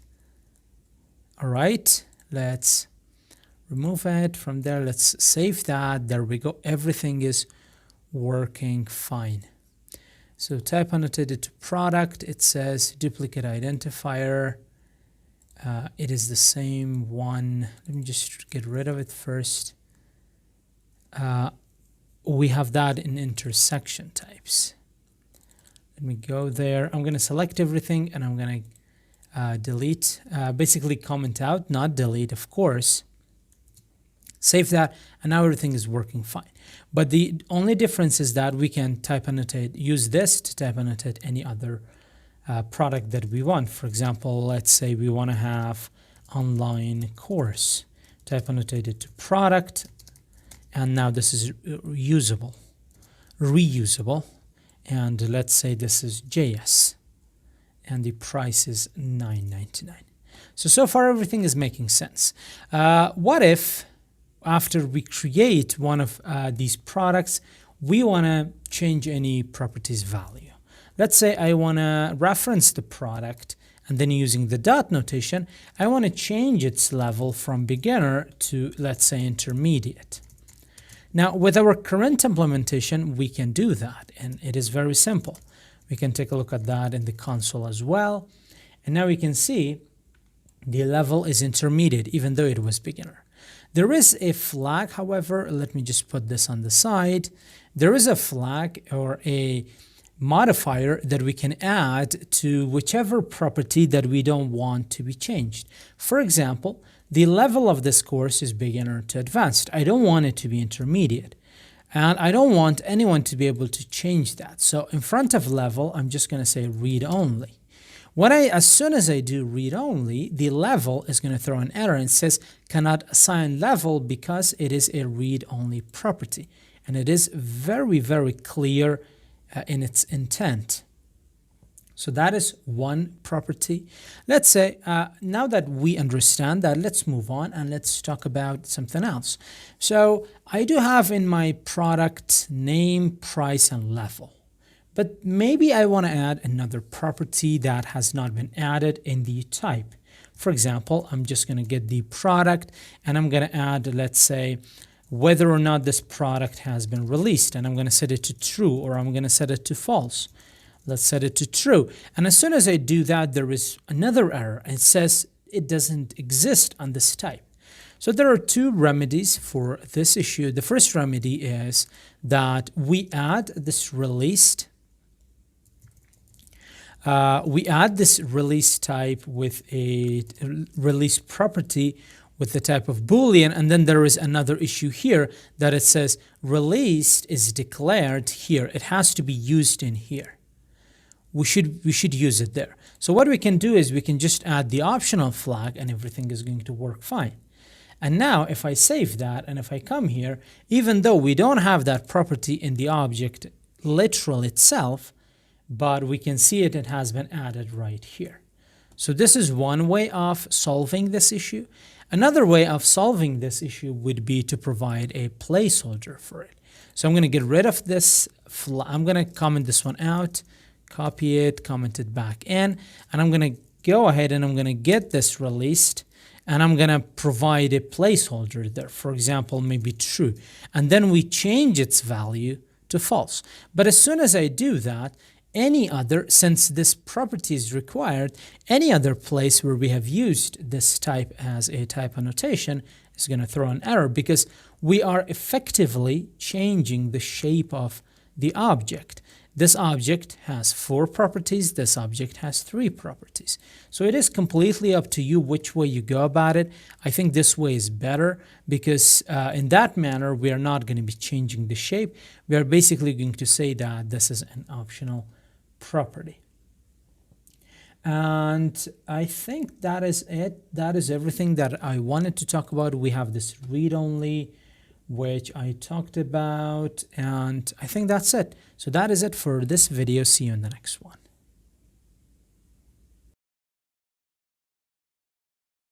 Now that you have a very, very good knowledge of type aliases and object types, it is time to talk about literal object types. Literal object types are the kind of object types that we directly pass into a function. Let's take a look at an example of that. Let's say we have a function and we call it studentDB, student database. And what we want to do is basically return the student name. We receive an object with this function, and then we return the student name. So I'm going to say student is going to be the parameter, and the type of that parameter is going to be an object. So I'm going to say full name is going to be the property of that object, and the type of full name is going to be string. But what will this function return? The function is going to return the name of the student. Therefore, the return type is going to be a string. So whenever we do student dot, we are going to have access to full name. And I'm going to save that. Let's go ahead and let's call this function console log student db, and I'm going to pass in the only thing that it requires is an object, full name, and let's pass in Mark Smith. And as soon as I do that and I save it, we're going to get the full name, which is going to be Mark Smith, which is basically a string that the function returns. We can check it with another example as well, and I'm going to say Jane Williams. Now, this object that I have passed in directly into the function call, this is a literal object type. And this function accepts a literal object type as well. Now, the difference between this way and basically trying to store this object in a variable and then passing it to the function, the only difference is that in this manner, we don't have access to this object. For example, if I just have const student and I just create this object right here, I'm going to cut that, put it there, and then I pass in the student object. The difference is that the code is not going to be different, but the difference for us programmatically is going to be that we have access to this object and we can use it wherever we want. But in that case, we can't really use it. In this case of object literals. Now, the same with extracting the object out of the function, we can extract the type out of the function as well. And then in that case, this lesson wouldn't be called literal object types. A literal object type is when we pass in objects literally into the function. I am going to do that as well, and so you can really understand what the difference is. So I'm going to cut that, and I'm going to create a type alias here, and now you can really see what the idea behind a type alias is. We have this type object with one property of full name and a type of string, and we want to give it a name. Why? Because we want to reuse it. And I'm going to cut that. The name is going to be student. And let's now create that.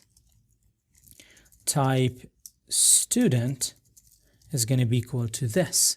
And now everything, all the errors are gone and everything is working correctly. But keep in mind, this way, it would mean that we're not using literal object types. You need to distinguish, you need to be able to distinguish between these two types. I'm just going to copy that, put it right here, and I'm going to copy this, put it right here as well, so you can really see what is happening. Now, there is one other thing that I wanted to talk about in this lecture, and that doesn't really have anything to do with literal object types, but that is like a more modern feature of JavaScript, which is destructuring. Destructuring basically means pulling out properties. In the case of an object, pulling out the properties of an object and accessing their values. So when we are getting the students, we can pull out the full name property as we are getting this object literal, and we can just return that full name and not do this step, not do the dot notation. We can do that as well. So for that, I'm going to comment that one out, and I'm going to put it down here. And what I'm going to do is I'm going to get rid of the student. I'm going to get this file name, full name, not file name. Let's put it there. And then as I am getting this object, I am destructuring it as well. And when I destructure it, I am pulling it apart, and I want to get the full name property. And when I return the full name property, it is going to return for me the value for that property. And when I save that, you can see in the console we still have the same result. And since destructuring is technically JavaScript syntax, we can see destructuring in the transpiled JavaScript code as well. Hi, and welcome to part 3 of Let's Get You Coding Challenges. I hope you have had fun during the previous two parts, and I'm sure you have learned a lot from those. So I have created another one for you, and in this one we're going to talk about all the basic types that we covered in our previous section. Namely, we're going to have challenges for union types, type aliases, literal types. We're going to have challenges for function types, object types. There's going to be a lot of challenges.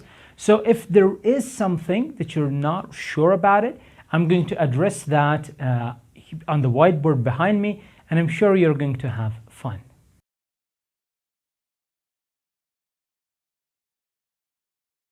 Hi, and welcome to your very first challenges solution. The first concept for which I've created the challenges are called union types, which we have talked about a lot in the previous section. So let's take a look at the statement for the first challenge of this section. The first challenge says that what will the function invocation result in? So let me write the function, and then we are going to see what the function invocation is going to result in. So we have a function product ID. This is a function, and the function is called product ID. Product ID. And we don't have any kind of parameter for this function, but the return type of the function, that is the important part. The return type of the function, it is a string. There is an R missing right there. Union type in number. So it could accept a string or a number. It could accept any of those. And now let's open up the function declaration. Now, the only thing that I want this function to do is return something. And in this scenario, I just wanted to return a specific number.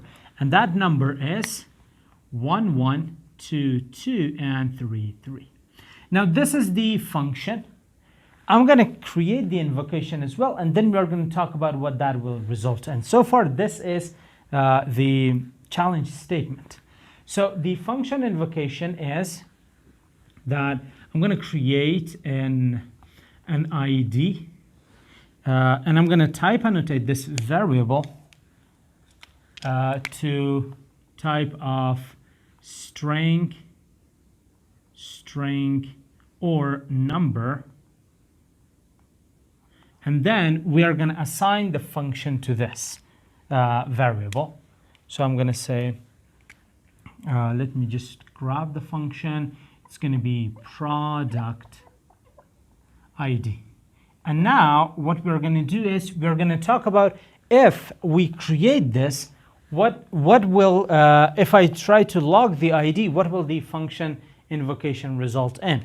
Now in this case, let's just take it to the basics. So far, this is the actual challenge statement, and now I'm diving into the solution. So if I take a look at the function, what is the function trying to do? The function is trying to return just this number, 11, 22, 33, 1, 1, 2, 2, 3, 3. It is just trying to return this. Now, the function itself doesn't have any kind of type error. Why? Because the return type could be a string, or it could be a number. So technically, the function is okay. Everything happens right here because that is what the challenge statement says as well. It says, what will the function invocation result in? So if I invoke the function and assign it to the value of ID, and we are clearly type annotating the value of ID, and then what would happen? So technically, what actually is happening here is that we have a variable ID that has a type annotation of string and number, and we are setting that to something else for which the return type is string and number. Therefore, nothing is going to happen. There is not going to be, I mean, something is going to happen, but that is not going to be a compilation error. If I try to console log the value of ID, it is going to give me 1, 1, 2, 2, and 3, 3. You can take a look at that in the VS Code as well. And that is because of this reason. Because of the type checking of our system is going to be uniform. So we are assigning something We are assigning something that has a value of a type of string number to something that we have type annotated to string a number. So at the end, the result of this is going to be 1, 1, 2, 2, and 3, 3. That's it for this challenge. See you in the next one.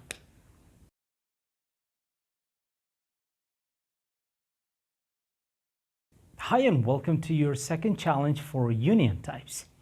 In this challenge, we are going to have the same function, but the invocation is going to be different. So the function, the challenge statement says what will the function invocation result in.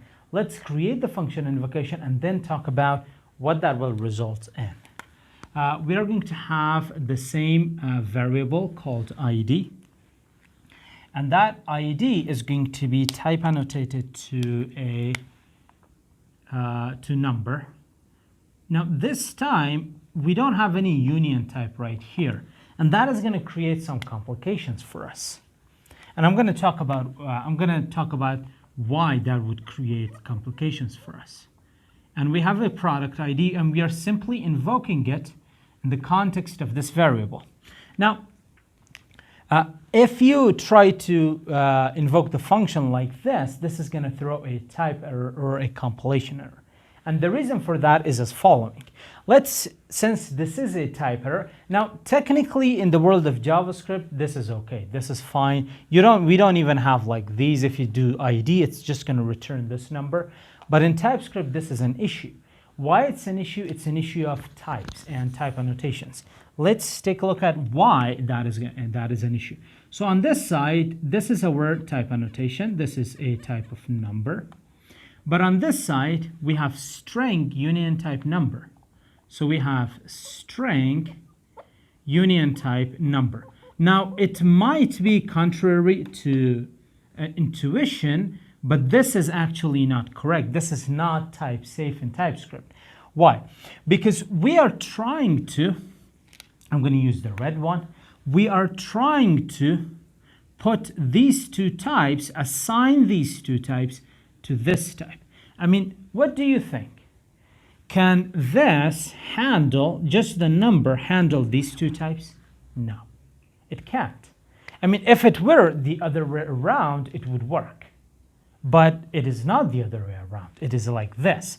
So we are saying that we want to have a variable that could have a type of number, or it could have a type of string, and then store it within a variable that can only have a type of number. Now, there are going to be two different errors, and they are the errors that I just stated. So as far as it is number, that is fine. So we have actually three cases. One case is when it is just a number, like this, it is fine. The other case is that what if this thing is a string? Then string is not assignable to type number. That is our first error in this case. It could be the second one when you take a look at it in TypeScript. But what about this entire thing? So this entire thing can also not be assigned to the type of number. So as a result, this is going to throw a type error. This is going to throw a type error, and it's going to say that type string number is not assignable to type number, and it's also going to say type string is not assignable to type number. And you need to keep this in mind. Like you have, how should I explain this in common terms? Let's say you have like just one bag or one container for one thing. And then you try to put two things in it, two different things. I mean, it is just built for a number, but you're trying to put something else in it as well. That is not going to work. I mean, for that, you need to have a different kind of container. Let's say, you know what, I'm just going to stop here. The analogies, they're not going to get any better. So at the end of the day, you need to think that whatever it is that you're assigning, it must have a smaller scope. It must be smaller in scope than what it is that is being assigned to. So we are assigning essentially this side, the right side, to the left side. So the left side must have like must be broader in scope, so it can absorb everything that can be assigned to it. If it doesn't have that broad scope, it's going to throw a type error. You can think of it like this. Now, we are going to talk about the other way around in our next challenge as well. So that is it for this one. See you in the next one.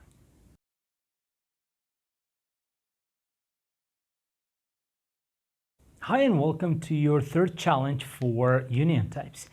The statement for this challenge says the same thing. What will the following function invocation result in? Let's create the function invocation, and it is the reverse of the previous challenge that I was talking about. So we are going to have, we are going to have the same variable that is going to be ID, and I am going to type annotate it to both number and string. I'm going to say string and number. Now, keep in mind that our function's return type is now only a number. It is not a string, so I've just removed that. And now, let's invoke the function. We're going to say product ID. And this is invoking the function. Since it doesn't have any parameters, we are not required to pass in any arguments. Now, this function, what is the job of this function? The job of this function is to return a number, to return something that is a number. Now, in this case, it returns that. Now, again, in the world of JavaScript, this is going to work perfectly fine. There are no issues there. But as far as the types are concerned, let's break down the types and let's see what we are actually trying to do here. So on the left side, we have type string and we have type number. This is actually M, so I'm sure you can understand that. And on the right side, we have type number. Now, what is happening here? We are trying to put number in a container that could accept either a number or a string. What do you think the result is? It is pretty self-explanatory. I mean, we are equipped to handle both strings and then numbers. We are equipped to handle numbers and strings, and we are receiving a number, so we are just going to put it in this container. If we receive a string, we're just going to put it in this container. So this one is actually fine. Why? This is going to return 112233. Why? Because what we are assigning. What is this? Okay, let me just clean that up. I don't know what's wrong with this marker. So what we're trying to do here is we are trying to assign something that has like a small scope, in this case a number, to something that is the container that has like a broad scope. In this case, the container can handle this, and this is going to be okay. But in the previous case, where we talked about we had number and string, and then we were trying to limit the scope to the container's scope, that is not going to work. Because at the end of the day, the container scope, which is this variable, it must be able to contain all of the values. If it can't, then in the previous case, it was where we had a type error. But in this case, it can clearly handle that, and we can see that it is going to return a value of 1122 and 33. 112233. So that is it for this challenge. See you in the next one.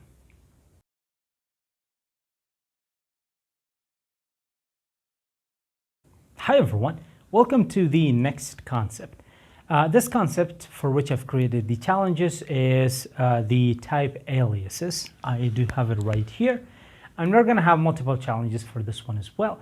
The first challenge states that we need to create a custom type and assign it both of the Boolean values. Let's go ahead and let's create that.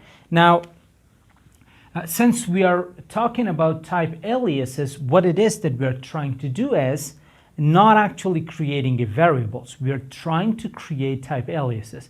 And type aliases, they start with the type keyword. So I'm going to write here the type keyword. And then we need to provide the name of the type alias. Now, the type alias names, they have to be Pascal case. That is a convention. And which color? I could use this one. I'm going to say bool values. Since I've created this, the only thing that I need to do is I need to assign it to both of the Boolean values. What are the Boolean values? We have true and the union type false. That's it. That is the solution to this challenge. See you in the next one.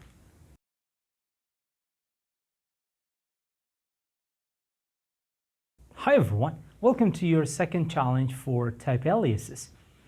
The challenge statement for this one says, what will be the value for this variable, the variable score? Now, if you want to take a look at this, then I'm just going to explain first. And don't refer to VS Code, because as soon as you create this variable, it's going to tell you what the value is going to be, what is going to be the result of it. But if you want to find out how we get to that, you can just watch the video and not do it in VS Code. Cool. So we have I've already written everything, since this is part of the challenge statement, and I didn't see any point in making you watch me type again, take 3. There was no point in making you watch me write everything on the whiteboard. So we have a type that is called score, capital S, and it is equal to number. We have a variable that is called average score that has a type of string, and you can see it's been assigned to a string value. Now in here, what we are trying to do is we are assigning average score with a type of string to something that has a type of score. Variable score with a type of score. Now what is the type of the score? It is number. So let's trace everything together. On this side, we are assigning to score, which is actually a number. So I'm going to say we are type annotating this side to a number, and this side is going to come back to a string. So we are type annotating that to a string. Now this is going to be a compilation error. Why? Because type string is not assignable to type number. That is this challenge's solution. See you in the next one.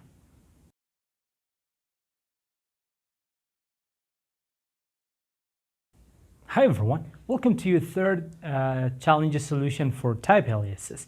In this one, we still have somewhat the same kind of challenge that we had for our previous challenge, but there are a couple of things different. Now the challenge statement is the same. What will be the value of the score variable? But first we need to trace it back to the top. So we have a type of score that has a type of number, and then we are using it here. But we are assigning average score to the variable score that has a type of score. Let's take a look at let's map the type. Type score has a type of number. So we are dealing with a number here. And then we are assigning average score to this type. What is the type of average score? It is number. And now you can see both of them are equal. Both of them are the same thing. So in this scenario, the result of this score, if we want to take a look at the value for the score variable, it is going to be 11.5. Because the types match and they produce this valid result. And that is it. See you in the next challenge.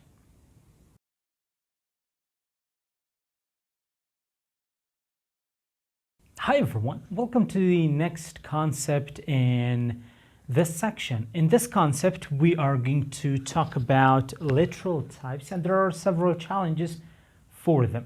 The first challenge states that what will the following function invocation result in?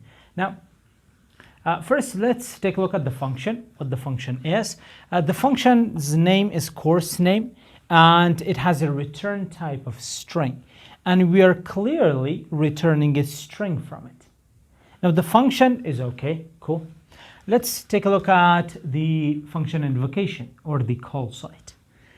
we have a variable called TypeScript, and we are type annotating that to this mysterious type, that is TS. Now, nowhere in our code have we defined or determined what this TS is. It is tempting to take a look at this and see, okay, it is returning a string and it is type annotated here, so we should be returning TS from the function, but that is in fact incorrect. Why? Because here TS is just a value. Here TS is a type. Types cannot be logged to the console because they're just types. You cannot access the value of a type. It is a type. It doesn't have a value. So that is where the issue arises, basically. So take a look at, let's take a look at our types. On this side, we have a type of mysterious TS. Now, nowhere, again, have we specified what this type is.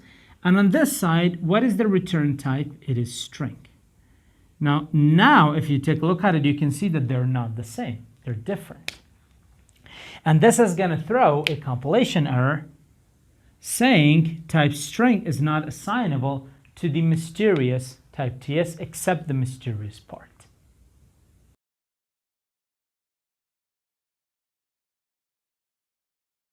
Hi everyone, welcome to your second challenge solution for literal types. The challenge statement says that what will the result of this variable be? First off, we have to take a look at the type and have to take a look at the what this variable is assigned to.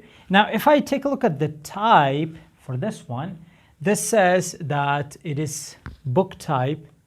And if we take a look at the book type, we can see there are 3 strings. So this type holds 3 strings. And the mountains echoed, the kite runner, and 1,000 splendid suns. Now, the way that this works is that when we assign it to the book type, the value that this favorite book is going to hold, it has to be one of these 3. It has to be any of the types. In this case, these 3, they're actually different types. Keep that in mind. Now, this type holds these 3 types, and when we assign it to this value, it has to be in the realm of these 3.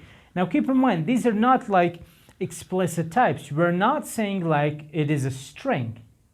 We're saying specifically like a bunch of words. And this is where things is going to get tricky, yet extremely beautiful with the type aliases. Now, when you define a specific type and you do not type annotate that to our like always cliche types like strings and numbers, but you actually use a string, the value for that variable for which you have type annotated, that variable to the type you created, it has to contain one of those. And it can't be anything else. It can only be one of these. Now, let's say you are creating an API and you are actually storing your API key using this type. Now, for that, you're not going to say, okay, my API key is going to be of type string or it's going to be of type number, but this specific thing is my API key. It could be that one, or if you're like me, you're creating like a ton, you could say, okay, these 3 are my API keys. Now, if I'm using any of these, then that's okay. Otherwise, I don't want to make that API call with any other key. Now, in that case, if you want to specify anything else to the API key variable, it's not going to work. It has to be one of the 3, or one of the as many as you have created for that, for the type. So I hope I'm getting through to you. We have a type right here, and this type can only have these 3 strings. Now, I'm not calling them strings. I'm just calling them like letters, or like, how should I call this? Now, these 3, they're actually types. They happen to be of strings. Now, I can add a number there as well, and that's going to work well. But I'm not specifically saying that they're strings. They could be anything. They could be alphanumerics. They could be symbols. They could be whatever. And if I am using the book type, I can only use one of these 3. If I use anything else, then that is going to be a compilation error, because in that case the types is not going to match, like those types. We could take a look at the types as well, and I'm just going to speed up the process a little bit. So on this side we have the book type, which contains these three types. Now for this one I'm going to say A, for the second one I'm going to say B, and for the third one I'm going to say C. So we have A, B, and we have C. And on this side we have the kite runner. Now the kite runner is exactly of type B. And haven't we solved an issue like this before when we talked about the union types? We know that since the container type is broader in scope, it can handle A, B in this case, or C. Or it can handle A, B, and C all at the same time. But if we try to assign it anything other than this B, then it's going to throw a type error. But so far for this specific example, it's not going to throw a type error because B is in fact within this type. And it is going to type check, and at the end, it is going to print this to the screen. The kite runner. If you haven't read this book, just go ahead and read it. That's it for this challenge. See you in the next one.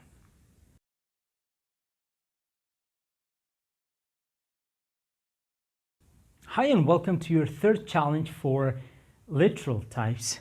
In this challenge, you're asked to guess what the value of the favorite book is going to be. Now, again, we are going to start with type annotation. Favorite book is type annotated to book type. Book type has only three values, A, B, and C. But what we have here is nowhere in A, B, and C. So I could technically say that this is, in fact, D. Let's take a look at the types. The types is going to be on this side, on the favorite book side, we have A, B, and C. We don't have A, B, and C. I'm just saying that this is, let's say this is A, this is B, and this is C. Since writing all of this is going to take a long time, like a couple of minutes for me. And then on this side, we have a type D. Do we have type D in type A, B, or C? No, we don't. So this is going to throw a type error stating that type The Shining. Now, again, keep in mind, in this case, this is actually a type, as with And the Mountain Z Code, The Kite Runner, and 1,000 Splendid Suns. So all four are a type. If we are referencing any of these three within our variable, then it's good. It's gonna work. It's good. Like our previous example, our previous challenge. But in this case, we are referencing something that does not actually exist within the book type. It doesn't exist. So we can say that, I'm not going to write it. This is basically like an error. It is going to say that something like The Shining is not assignable to the book type. Why? Because The Shining doesn't actually exist within the book type. And I think that is it. So I'm going to get rid of this as well. So, and I explained this as well, and I think that's it for this challenge. See you in the next one.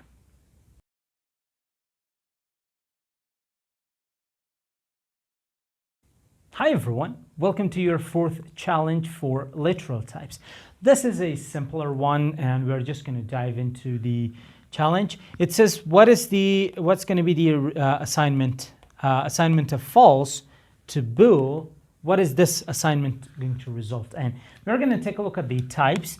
On this side, the type is true. We can see that. And there is something that I need to tell you.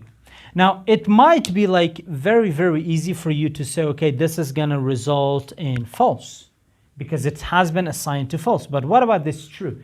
Now, in this case, true is not being used as a value. True is being used as a type.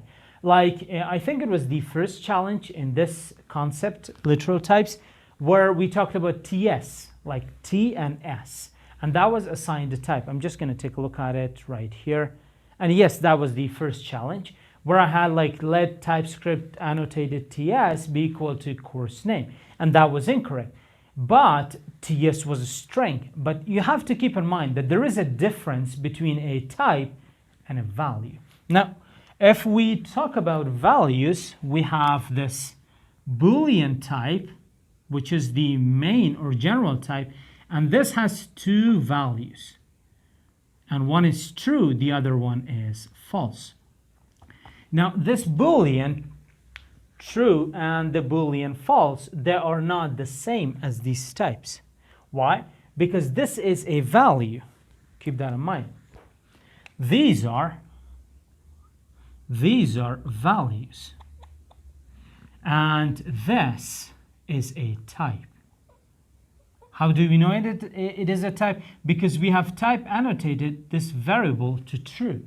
That is a type.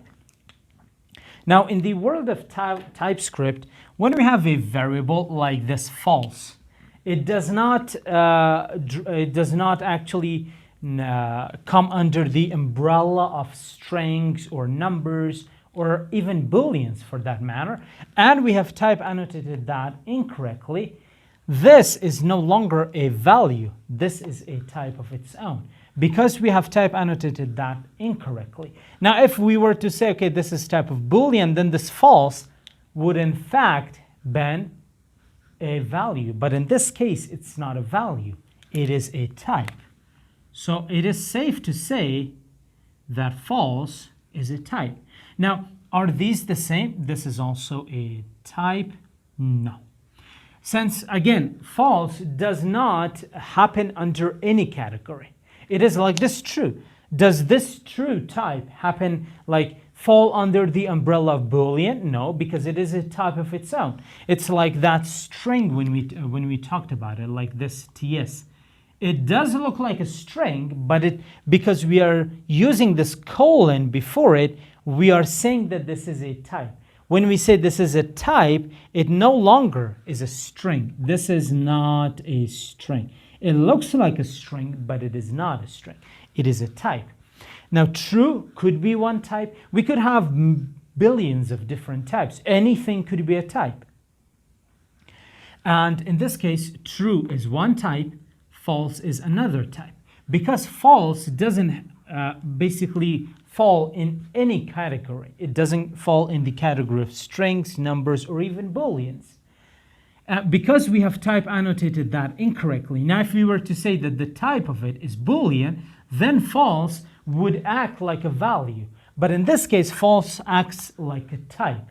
And we cannot say that type of false is the same as type of true. The only thing that is going to be the same as type of true is type of true. That's it. Nothing else is going to be the same with that. So this is going to result in, let me write it with the red one. This is going to result in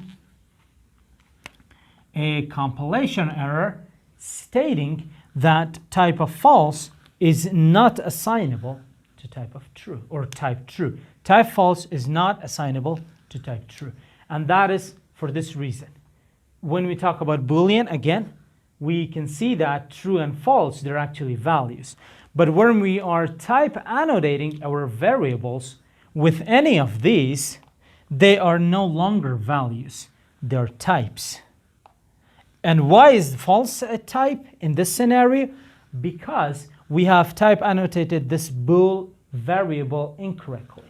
Now, if we were to say this is a of type Boolean, then in that case, this would have been a value. But we are saying that it is of type true. And clearly, these two are different since this becomes a type of its own. And that's why the compiler is going to tell you that type false is not assignable to type true. That's it for this challenge. See you in the next one.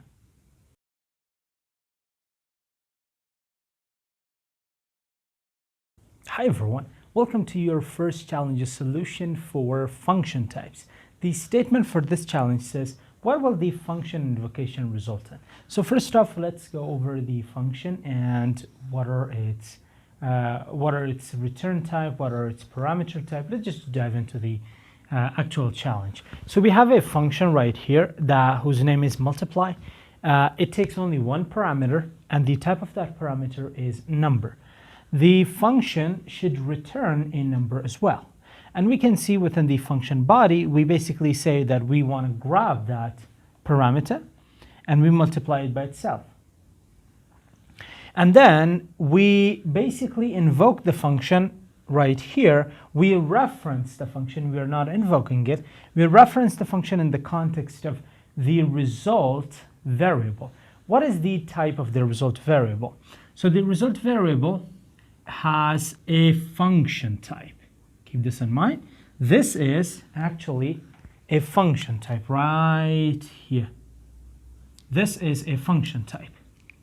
And aside from this, we can see that we have const variable name, and then we assign it a value. So this is a function type. What does the function type say? The function type says that within the function definition, we are going to get some sort of a parameter for which the type is going to be number. Now this side satisfies this side. So far, everything type checks. And then we say that when we take a number, the function also returns a number. And we can see this side also satisfies this side. So at the end of the day, the result variable's type, which is a function, is compatible with the type of this multiply function. So both of the types check, and then we get the result variable, invoke it, and we pass in 11. What is going to be the result? The result is going to be 11 times 11, 121. I believe so. Yeah, 121. That is it for the challenges solution. See you in the next one.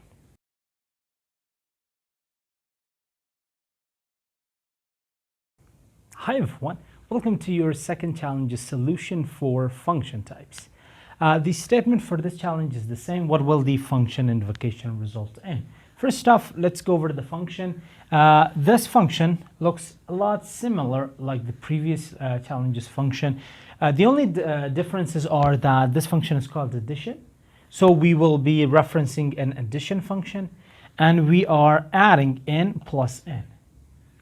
Now, let's first take a look at the function types itself.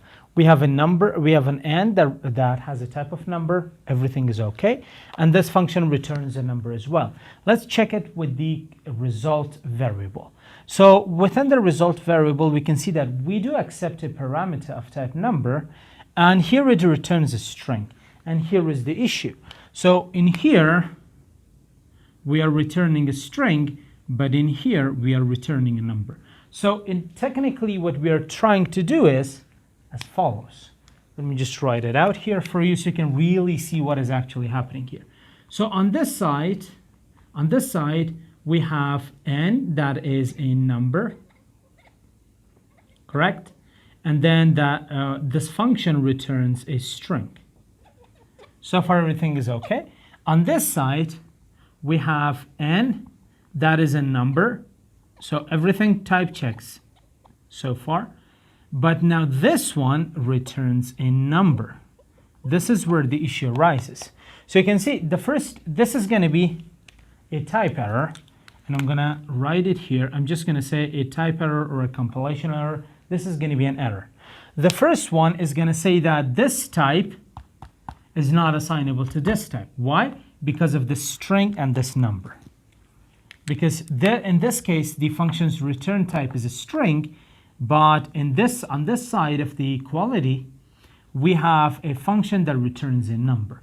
That is the first error. And the second error is going to say that type number is not assignable to type string.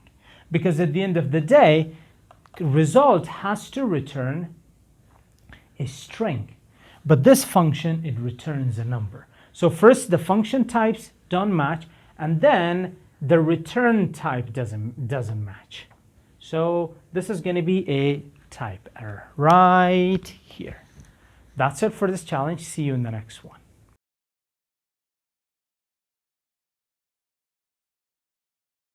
Hi everyone, welcome to your third challenge solution for function types. In the previous challenge, I actually forgot to change this number. So for the first challenge and for the second one, you're going to see challenge 1, which is clearly incorrect. The statement for this challenge says to create a function that can accept a number, a string, and a boolean, but it returns a string. Let's go ahead and let's create that function. Now, keep in mind that the function name could be anything, and the way that we call it could be in any manner. But in the solution, you're going to see that I'm actually using console logs. So you can just like store the function within a variable and then just call that variable. It's actually up to you. The main challenge is the function body or the function definition, not how we can call the function. That is the main challenge. I'm going to create a function. And this function, I could call it whatever I want. Since it's returning a string, I'm going to say my_. And let's type annotate this. So I'm going to write here, I don't know what I've written. It's value for the parameter name. Again, this could be anything. So I'm just going to remove this. I'm going to say arg. I'm just going to say arg. And now this must be able to accept a number, a boolean, and a string. How can we do that? Well, we are going to use the union types. So what I'm going to do is I'm going to say this can have a type of string or a type of number or a type of, it's getting longer, boolean. That's it. That is one part of the function body. And now this function has to return a string. How can we make sure that it returns a string? We are going to type annotate the return type as a string. Everything is okay so far. Now it's just keep in mind. So when we are passing string here, the function basically is going to return that string. But what about number and boolean? We need to convert those into strings as well. Now, what I could do is I could perhaps overcomplicate this function. I could say, I could define a type guard that would narrow the type, that would check for when the type is number and then when the type is boolean. And in the else clause, I could just say, okay, the type is string, just to return it. I could do all of that, which is going to overcomplicate what we set out to do. What we set out to do was to make sure that the parameter accepts string, number, boolean, which we did, and that the function accepts the function returns a string type. We did that. This part is not that important for this specific challenge. Of course it's important, but that is not the requirement of this challenge. So I'm going to go easy on it, and I'm just going to say that return, this is return, I'm going to get the arg, return, let's get the arg, and on the arg, I'm just going to say a to string method. Return this. I don't do semicolons, but still. Just return this, and you can just go ahead and check this out. It's going to return a string for you. And I think that is it. That is it for this challenge. See you in the next one.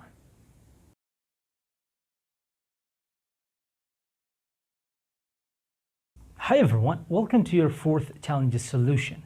The statement for this challenge says for us to create a function that returns an inverted Boolean value. So if I pass in true, it should return false. If I pass in false, it should return true.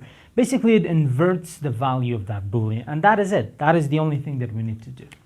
So I'm going to create a function right here. I'm going to say function, and the function's name could be anything. I am going to go with a very creative one, and I'm going to call it bool inverted. Very creative. And this function is going to accept a Boolean. Keep that in mind, because it flips the Boolean, it should be able to accept a Boolean. So what we are going to do is we are going to say that the value or the arg or whatever you want to call this parameter, that is completely up to you. The type of that has to be Boolean. And since it inverts a Boolean, it should also return a Boolean. I know, I'm going to add the parenthesis. Just, I had the red one already in my hand. So it returns a Boolean. It also accepts a Boolean. And let's get the function body. So we are going to say return. Now, what is the operator that inverts a value? That is the not logical operator. So not says when it's not. So if it is true, you add in that exclamation mark, it's going to say not true. What is not true? It's false. So that's very simple. The only thing we need to do is we're going to get the arg, and we're going to flip its value using the exclamation mark. Keep that in mind. This is the not operator. And whatever you pass in, you can only pass in the Boolean true or false. If you pass in true, it's going to become false. If you pass in false, it's going to become true. And that is it. That is it for this challenge. See you in the next one.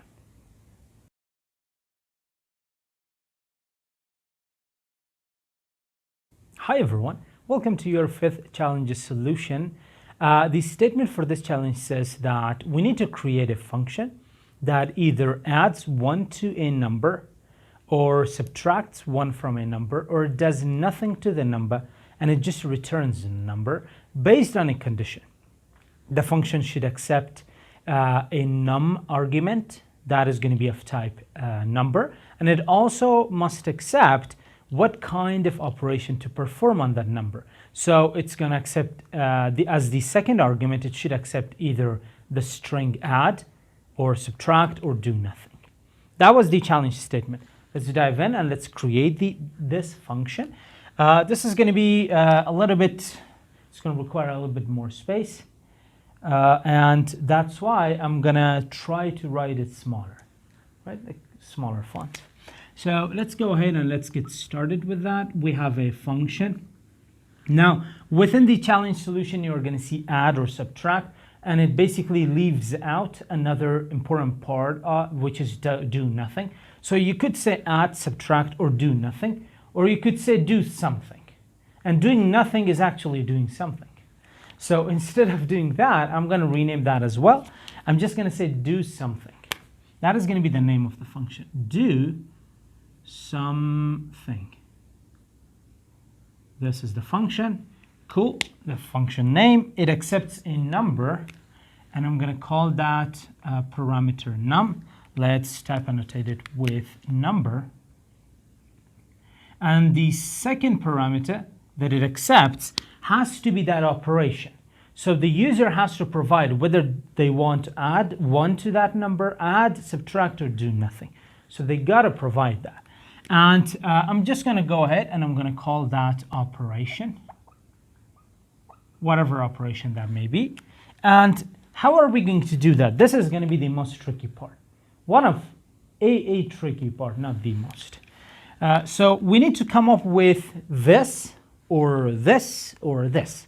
When we say this or this or this, so we are technically talking about union types. And since we are saying specifically that to the user, you should select one of the options, it is also a literal type. So we are combining union types and literal types together. So we are going to have literal types with string, like union types with string literal types. Let's go ahead. It's a lot less complicated if I just write it. I'm going to say I'm going to have add. Keep in mind this is a string and then a union type. We are going to specify the other one as subtract. And the final one is going to be do nothing. So far everything is a-okay, right? And since we are carrying out an operation, what should be the return type of the function? Yes, it has to be a number. So for the return type, let me just back away a little, make sure not to knock anything over. The return type for the function is going to be a number. Just do that. Number. I'm sure you can read it, right? I guess I should have removed the space, a lot of space there, a lot of space here. I'm going to be more clever next time if I can. And there we go. So I'm not going to close the function body. Now let's jump into, I suddenly seem a lot blacker, a lot darker, and it's just like the lighting. I'm actually, to be honest, I don't know whether or not I should show you my setup, because it's so primitive. It's so like 18th century, like maybe like 2nd century or something like that. So I do have, since I can't find any kind of lighting, I'm going to show it to you. Just promise me not to laugh. So I do have this right here. I don't know if you can see it. So what I do is, this is actually a hanger for clothes, like a coat hanger. Not the coat hanger, this is like hanger for clothes. And this is like piece of cloth, and these are like 2 lights. I'm sure you can see them now. And I tried to come up with a rather portable setup because of the current situation of Afghanistan. Because if anyone finds this out that I'm doing this in my home, it's going to be like it's going to cost me a lot, literally. So it's like whenever I don't do anything, I just untie these from here, and I just separate everything and put them in different rooms and different closets and that sort of thing. Just to make sure my setup should not be all at the same, in the same spot. And I think I put it a little bit closer. These are not, if you are wondering, these are not the kind of lights that you use for doing these kind of videos. I'm not sure. I have to check it from there. And I do have one more here. And there we go. I'm sure you can see it right here. This is the second one. And in case you're wondering, I do have one right here towards like I have put it like up against the ceiling, and this is like a 100-watt floodlight, in case you're wondering about it. And in front of me right there, that's why you can see a lot of these like little tiny lights here. That's a 200-watt floodlight, like right there, because there used to be these kind of lights in here, but for the past year and a half, I can't find anything that is really useful. So, and one more thing, to be honest, this that you can see right here, this doesn't actually connect to the camera. It doesn't. It actually connects to my phone right here. And I'm recording my voice with this one. And then the reason for that is because this doesn't actually work with that camera. No microphone works actually with that camera. Since that is extremely outdated, and this is, if you believe it or not, this is the only microphone that I have in this entire city, in this entire province that I'm living in. And this is the second most developed city province of Afghanistan. And I have to like do all of that synchronization with Camtasia, and I use Camtasia. And there's actually like I have a lot of clothes there, and I don't think that is going to be good if I show you. You won't be able to see that anyway. That is so bright, and I just try not to look up because since I have like impaired visuals, or I don't know what is the actual phrase in English, like weak eyesight or impaired visually or something like that. That's why I have these glasses. But if I look up for like 30 seconds, I'm just going to see black spots everywhere. And the issue is that when I step out of the frame and I come back, I look a lot darker. Like there is no lighting, but there is actually a ton of them. So there's like these lights, that light, that light. There are like 3 there. And there is actually one more thing that I'm going to show to you right here. And I don't think I should be doing this because I have to be teaching you, but I got to be honest. And that is actually that I have this kind of system here that if I just do that, this is actually a blanket. nailed it there to the top part of the wall, and it comes and it covers the whiteboard, because again I have to hide what I do.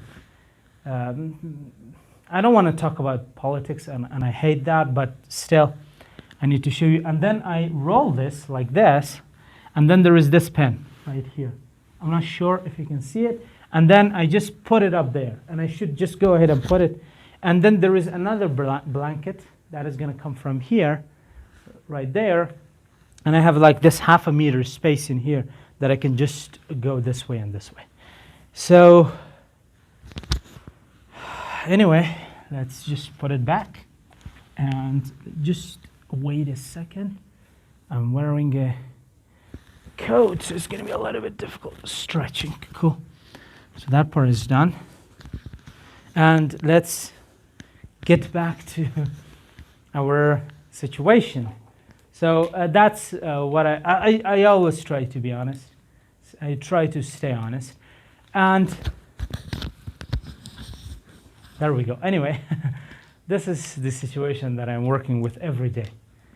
Where was I? So we have this function. We need to, I hope I can finish this since I just have 1 minute and 30 seconds. We basically check for a condition if the operation, I'm just going to write part of it, not the entire. If operation is equal to add, if it is equal to add, we say return num plus 1, and then we say if else operation is equal to subtract, then we say return, just forget the curly braces for a second, return, even though you need to provide them, one is coming there, and then there's another one here, num minus 1, and then we say else return num. And I'm going to explain this return num. This ends here, and this is the function body itself. So if the operation is add, we say n plus 1. If the operation is subtract, we say n minus 1. Num minus 1, sorry. Num minus 1, not n. Num. I'm just going to say num plus 1.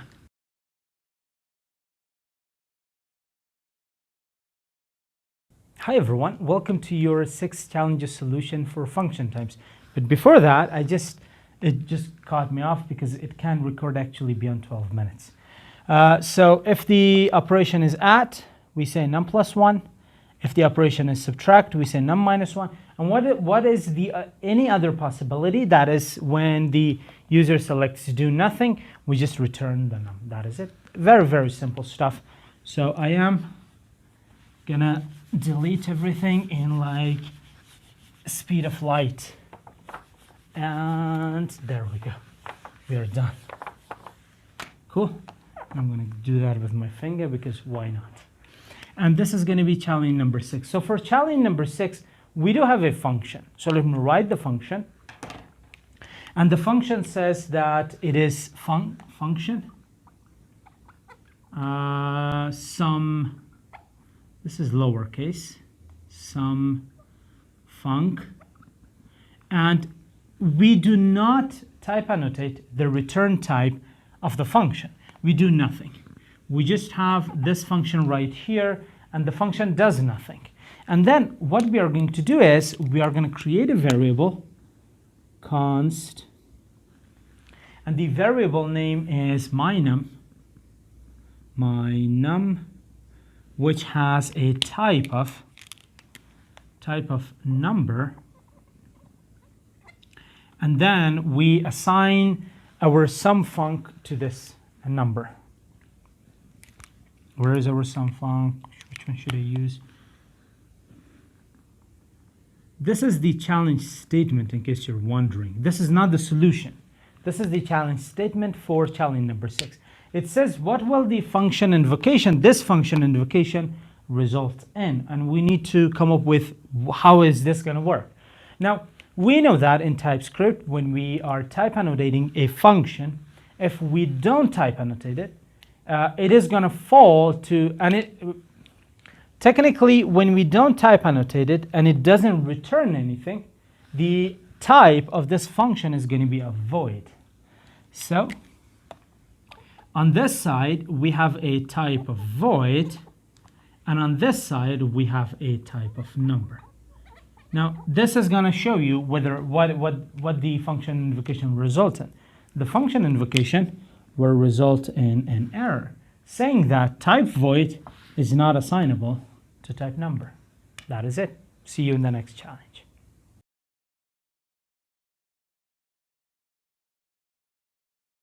Hi everyone, welcome to your 7th challenge solution for function types.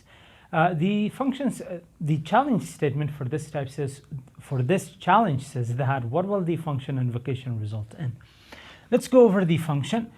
We have a function that says call another func.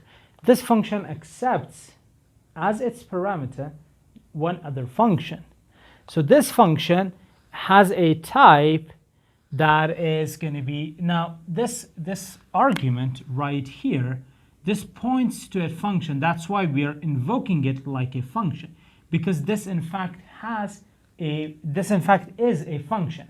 So when this func is a function, what is its type? When we talk about the function type, we need to clearly specify what the type of parameters are and what the type of return key is if the function returns something. So this function has a type, and starting from here all the way to the string, that is the type. This entire thing is the type of that func function. So this function, this func function, accepts two parameters. One is price, the other one is course. The type of price is number, and the type of course is string. But this func, it returns a string. That's what this means. So if I do it like this, it returns a string. Even though it accepts a price and a course, it returns a string. And from this call another func, what we do is we return this function. And we pass in 1099. So 10.99 is going to be the price, which is of type number. TS is string, which is of type string. Everything is okay. But where is the function definition for this function? Where is it? It's right here. So we have a variable that we call caller that invokes the call another func. And this black part, this one is the call another func. But within the parentheses, one of the parentheses, it starts right here. The other one, do it like that. And the other one ends right here. The other one's right here. So this is the function invocation for the call another func. Now within this, what do we have? What is the argument that we need to pass in within the call another func? It has to be a function. So when it is a function, what do? We need to pass in the function signature. We have already passed in the function signature. We need to pass in the function definition. So what is the function definition? The function definition says that we accept two parameters, price and course. Price of type number, course of type string, and then the function returns a string. Keep in mind, we are doing an implicit return. We are not like writing the actual return. This is like a little arrow function. And you know that with arrow functions, if you don't have the block of the function, if you don't have it, it is like an implicit return. You're implying return. It's like that. So we are returning from the function, backticks represent strings. So we are returning a string. Hence, we satisfy this part that says return a string, and we are returning a string. What is that string? The string says the value of course has a price of value of price. So what is going to be the return? What will return from this function? It's going to say I'm going to get it from there. What is the value of course? The value of course is what we have passed in right here. The TS, I think there is a course missing, the TS course. So there is, right here, we have a course string as well. So it says that I should probably write it on the other line. And I'm going to get rid of these black spots as well right here. So the function is going to say the course name, which is TS. Course has a price of the value of the price variable, which is 1099. And that's it. That is going to be what will print. What will this console log print? Cool. So with this, our challenge, 7th challenge, has come to an end. See you in the next one.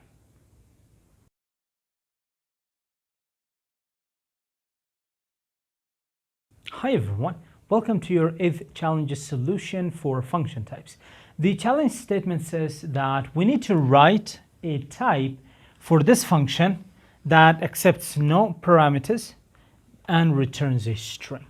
How can we write it? And then we invoke it. In the solution, you're going to see console log, but I'm just going to write it here. Just invoke it, invoke the function. Log doesn't really have anything in this perspective, in this context.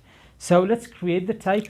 The type, first we're going to use the type keyword. So let's first, before even writing that, just think about, like, we haven't written anything.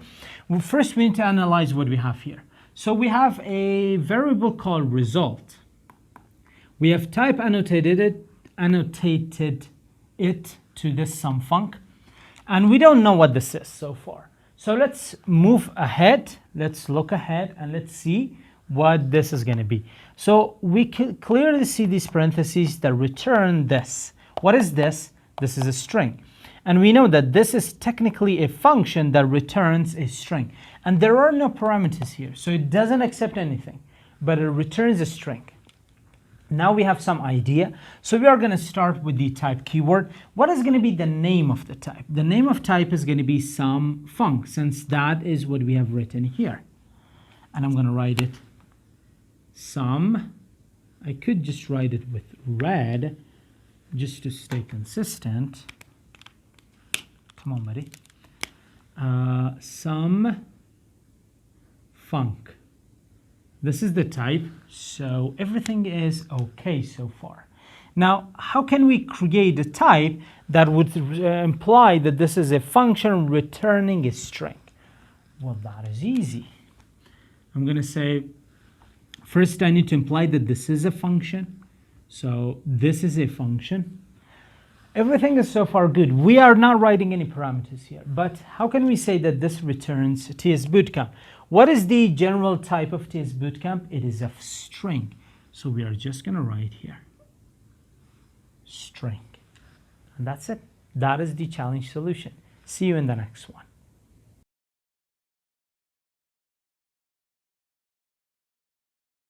Hi everyone.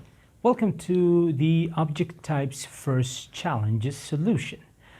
The first challenge states that we need to create an object and give it 3 properties. We need to create an object type that has 3 properties: name, age, and job. It could be anything. And then we need to create an object from that type. So let's just jump in and let's solve this challenge. The challenge statement says that we need to create a type from that, an object type. So let's first create that type. In here, I'm going to say this is type.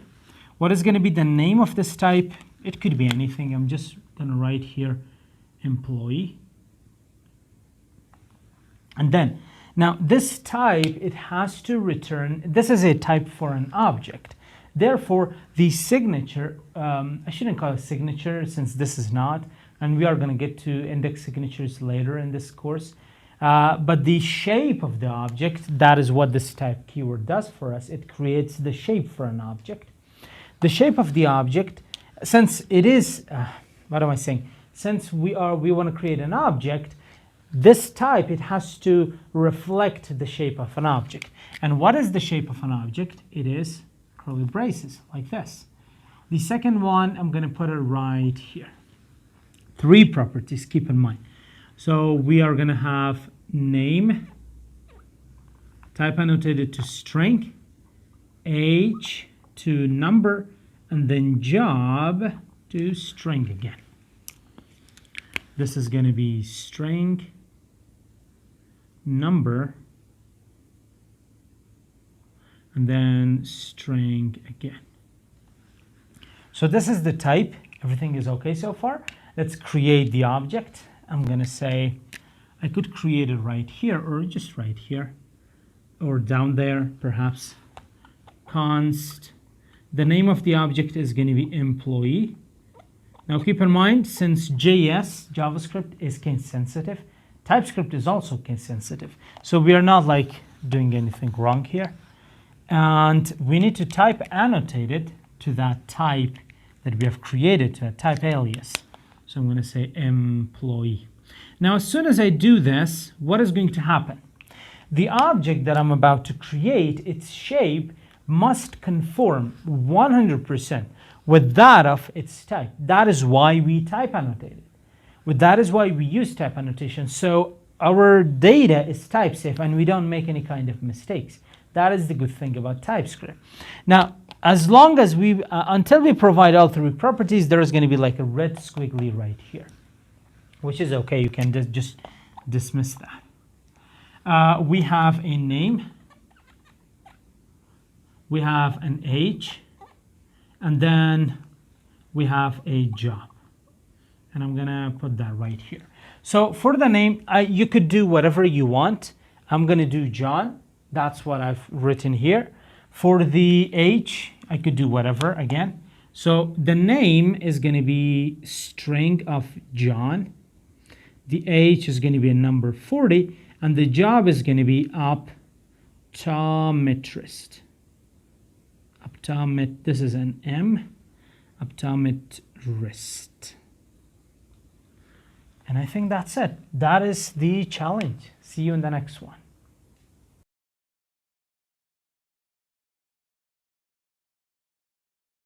Hi everyone, welcome to your second challenge solution for object types. The challenge statement says that we need to access the published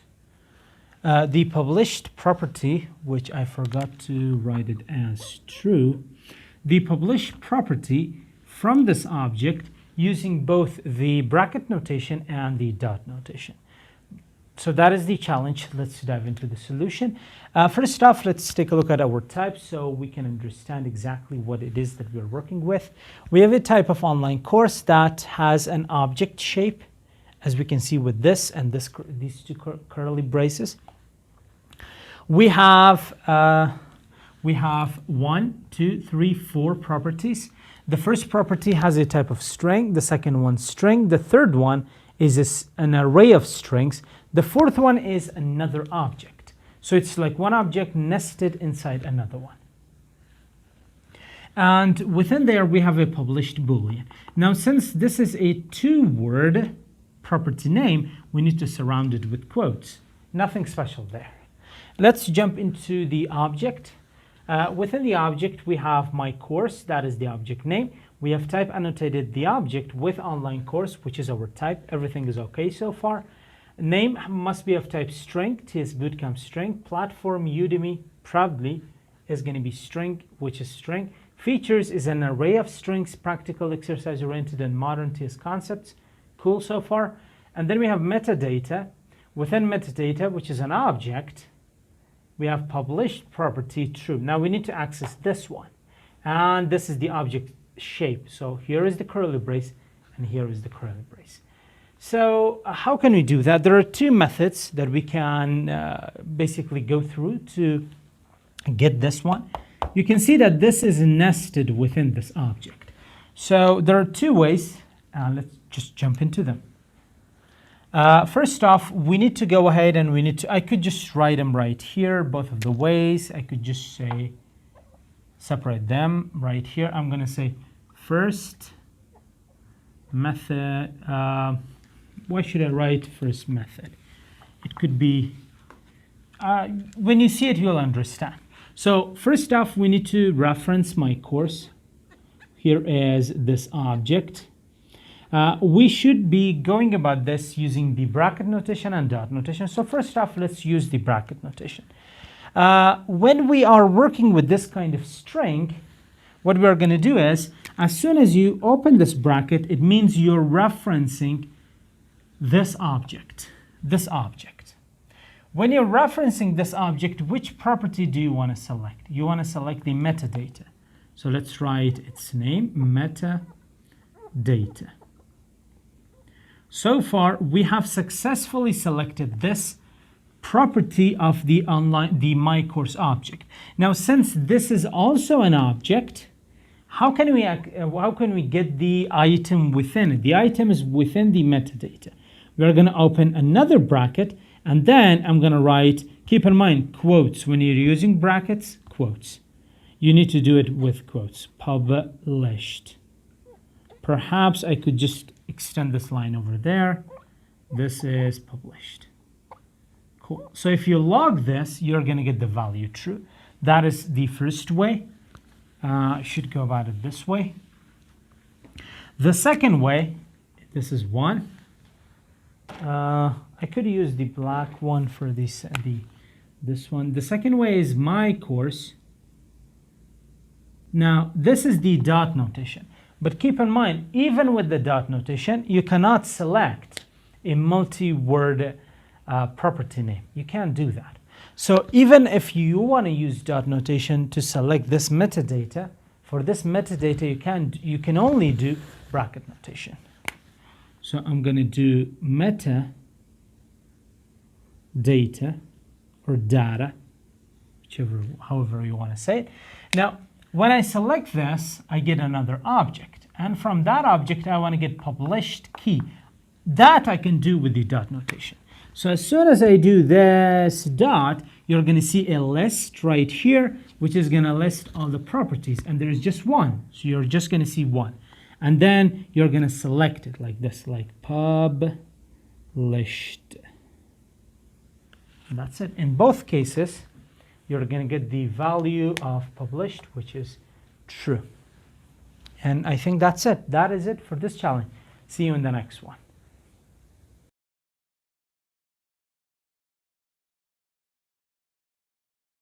Hi everyone, welcome to your third challenge solution for object types. The challenge statement says that we need to fix the error with this code by modifying this type without bringing any kind of changes to product 1 and product 2. Now, I need to tell you that when I actually started creating these challenges, when I first thought of them, the idea behind these challenges was to make sure you really understand the code that you are writing.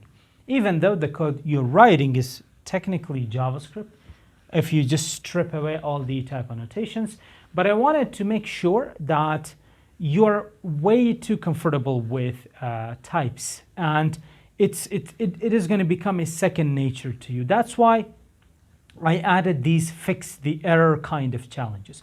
And there are going to be like a lot of these kind of challenges that I'm going to be asking you to fix the error.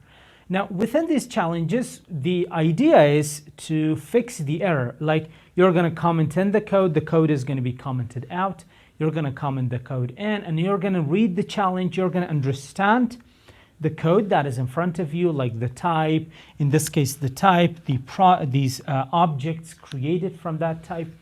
And then you're going to think, okay, what am I going to do? First, is there any error? If there is, then how I'm going to tackle that? What does the error actually say?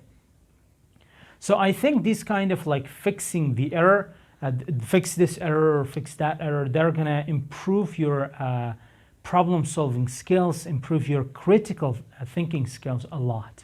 So there's going to be like a lot more of these in the coming categories of challenges that we're talking about. By category, I mean like the previous category was function types. This category is object types. So within every category, we are going to have one or more challenges. So for this one, first we need to understand what the code is. Then we can know, okay, there might be an error, there might not be an error. If there is an error, how are we going to solve that error? So we have a product type that has a name property and a published status property. The name is going to be string. The published status is going to be Boolean. Now, there is something that I need to clarify here, that when we say name is type annotated to string, we are not saying that the type of name is string. Strictly speaking, in the context of objects, when we say name colon string, we say that the property name is name. I should give you this example since the property name is different than name. For this one, the property name is published status. What is published status? What is the type of published status?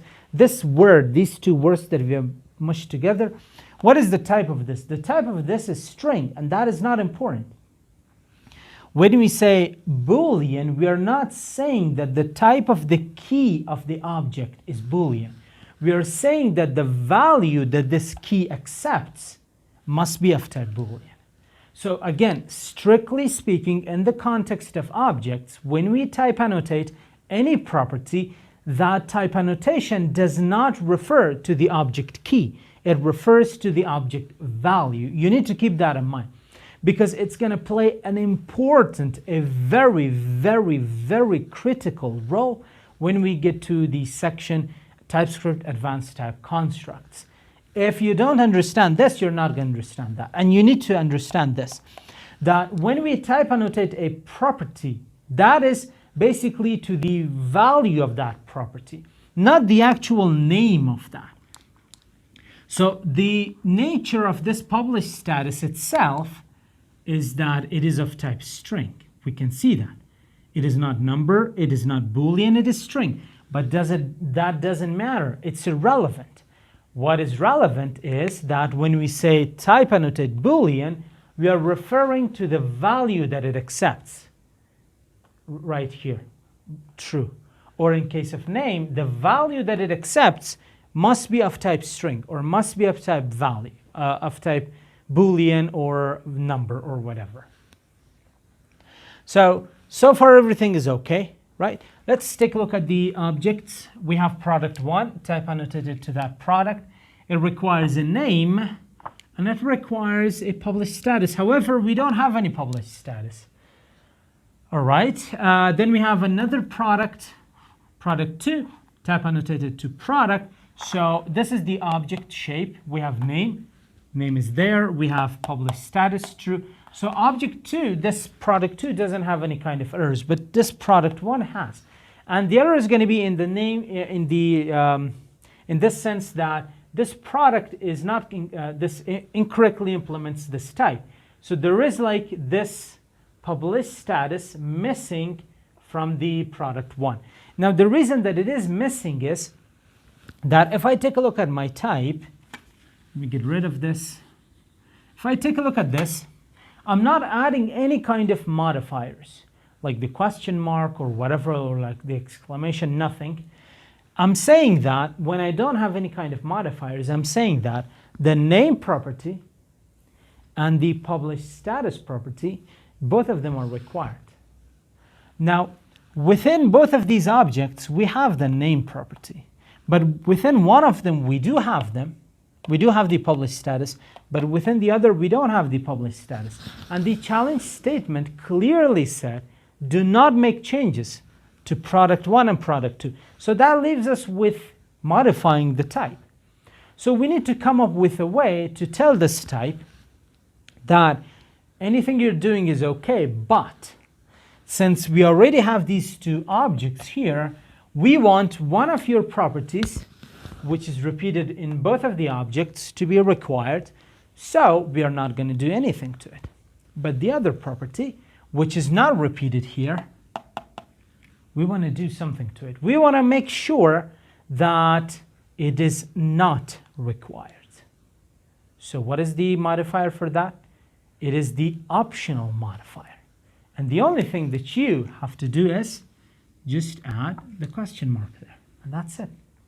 So this question mark tells this type that the published status property or key that has a type of Boolean, this key, it could have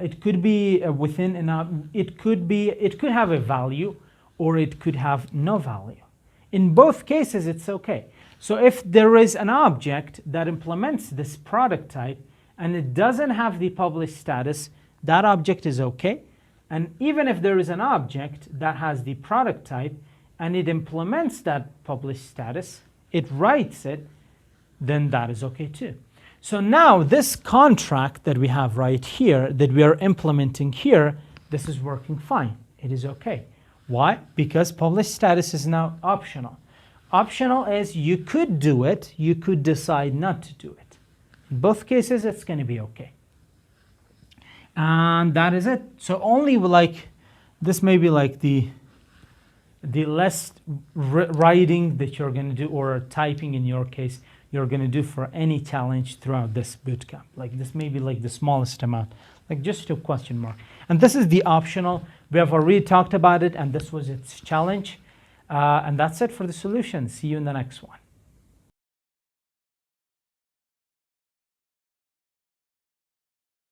Hi everyone, welcome to your fourth challenge for object types. The statement for this challenge says, what will the product object log to the console? So first off, let's take a look at our challenge. We have an online course, which is an object. It has a property of name with the value of TS Bootcamp and a property of price with the value of 10.99. And then we have a product, which is what we are interested in. Now, if you take a look at this, at the first glance, you will see that this is like pure JavaScript. This is not even TypeScript. It is valid TypeScript, but it is just pure JavaScript. And then within the product, we get this online course, which is this object, and we put 3 dots before it. And then I add another property, which this is also an object. So you can see the syntax. Release is true. So what will this print? The magic is right here. This is called the spread operator. What it does is it spreads or expands objects. So technically what it does is when I put an object here, this thing will be replaced with the following. So when I say triple dot online course, it is going to spread this object, and it's going to grab name and the value, price and the value. So it's going to give me name, TS Bootcamp. That's what this triple dots do, Bootcamp, and it's also going to give me price, which is 10.99. Now, as soon as it does that for me, this part is done. We got this comma, and then I'm going to pass in released. Released is true. That's it. That is what the product object will lock. Again, this is the spread operator, and it spreads an object or an array. And basically what it means is that it removes the syntax, the syntactical part of that specific data structure. What is the syntactical part? The syntactical part is this one and then this one. So it removes both of them, and it grabs both of the properties and it puts it right here. So at the end, even though we just had online course here, if you log it, you're going to see name TS Bootcamp, price 10.99, and released is true. That's it. That is the solution to this challenge. See you in the next one.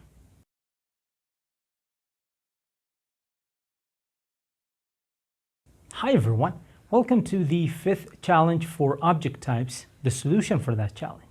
This challenge states that we need to create a product type and add a holidays method to it that returns the string sale is on. And we need to finish this challenge by creating an object that would print this string on the console. Let's go ahead and let's create that type first. What I'm going to do is I'm going to say first the type keyword itself, and then we are going to say this is, almost dropped the marker, this is going to be product. So far everything is working fine. Let us create this object, this type. So the aim of this is to basically just have one property, which is a method. And that is called holiday sales. Now there are two ways to type annotate a function within an object type. The first way is that we are going to say that the type of this holiday sales is, now this is a function, you need to provide a function signature. Very simple. This is a function signature. Within here, you need to specify if this function accepts any parameters. In our case, it doesn't. And then after this fat arrow, you need to specify what is going to be the return type of the function. In our case, the return type of the function is a string. Now, this is the first method that you can do it. The second method is as follows. We have a type of product, and let me just write it. This is product. Whichever way you go about is going to be fine. This is going to be holiday sales. Holiday sales. And then we provide the function signature. And then we say that this function basically returns what for us? It returns a string. Or the return type is going to be a string. So that is the first way, this is the second way, and that is it. That is it for the types. We need to come up with the object itself as well. So let me go ahead and let's create the object. I'm going to say const product type annotated to that, and I'm going to create the object right there. We have a holiday. What am I doing? Holiday sales. Let me just type annotate the function. The object to the product type. What was the string that this was supposed to return? It was supposed to return sale is on. So let me provide that value. So it is going to return a string that is going to say sale is on. That is it. I think that's it. So we have this one type, product. This is the first way you can go about that. This is the second way you can go about that. And this is the object type annotated to that product type. And it says holiday sales, which returns a string. Now, how would you go about, where am I? I'm right here. How would you go about calling this method? Would be first you need to reference the object. So you're going to do product. And as soon as you do this dot, you're going to see this holiday sales. And you're basically going to say holiday sales. And if you want it on the console, holiday sales, I just wrap this in the console log, and you're going to see that in the console. And that's it. We are done right here. Let me just take a look at my solution. Yeah, everything is fine. So that is it for this challenge. See you in the next one.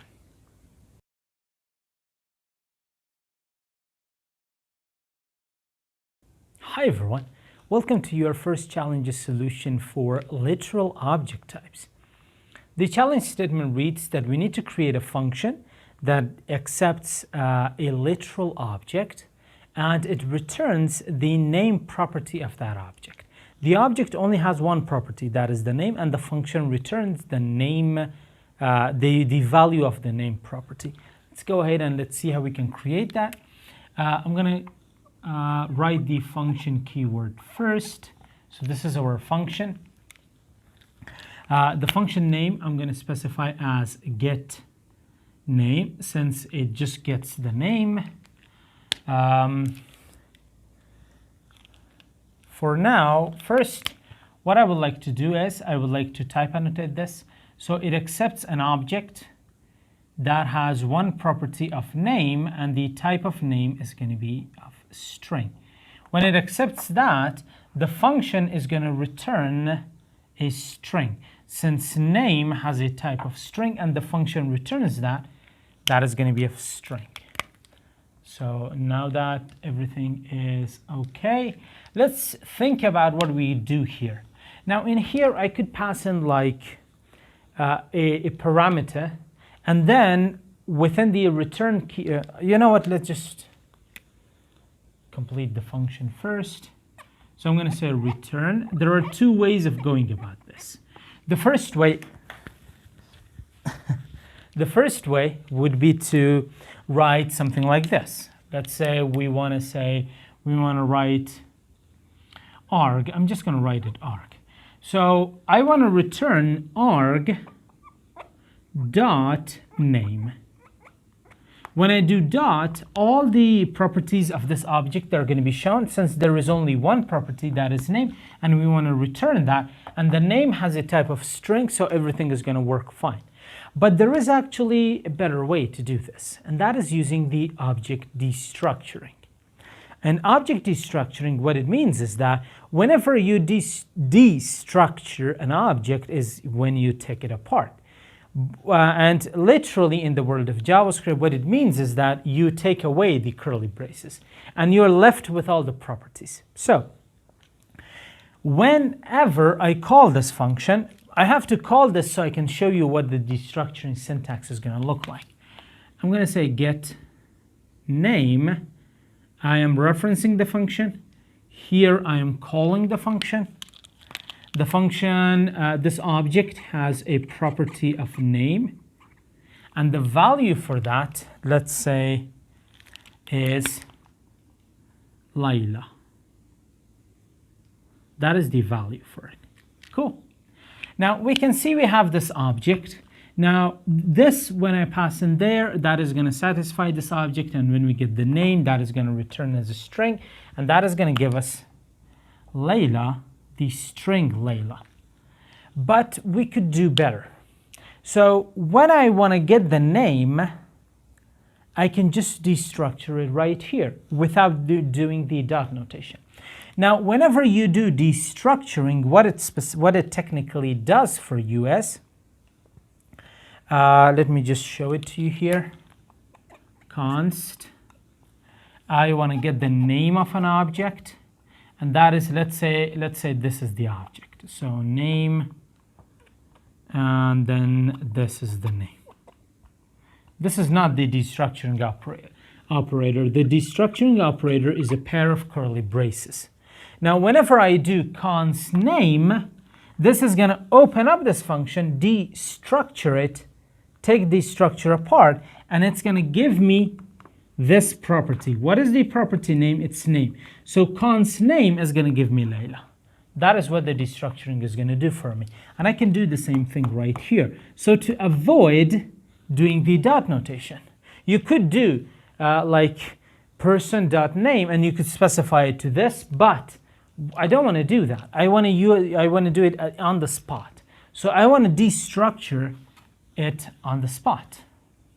So we are receiving an object, and we are destructuring that object at the same time. And then we just return the name. That's it.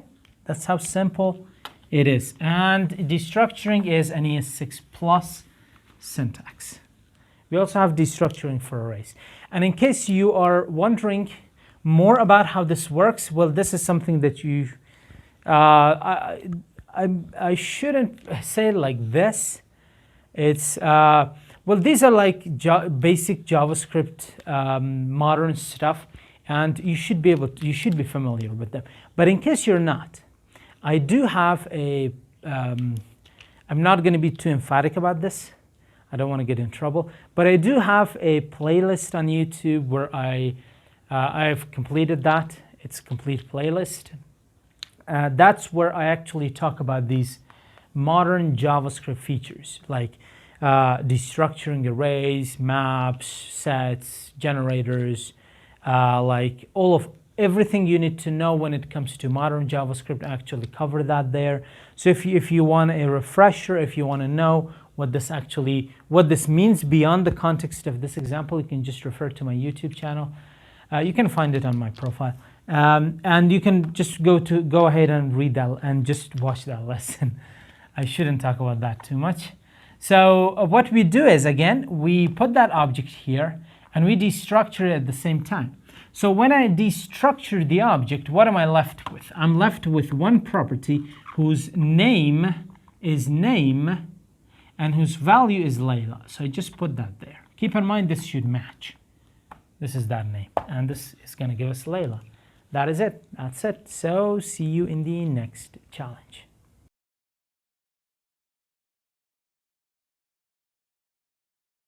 Hi everyone. Welcome to your second challenge solution for literal object types. The challenge statement for this challenge reads that we need to create a function that takes an object type with one property, which is online, and the type is Boolean for that property. As its argument, that's the function argument, and it simply returns whether the user is online or not. So it's basically the same thing like our previous challenge, but the type is going to be different. Let's go ahead and let's create that. We have a function. The function name I've written is online, so let's just write it as it is online, and it accepts one argument, and the type of it accepts one parameter. The type of that parameter is going to be a literal object, so literal object online. What is the type of online? It is Boolean. And what does the function return? The function returns a Boolean as well. So it just says whether online is true or online is false. Let's complete this, and let me open up the function body. I'm going to come back to that, don't worry. Let's do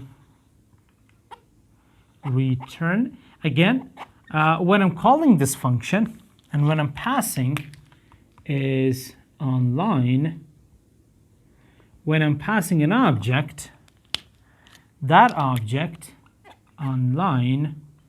Now let's say the value for that object is true.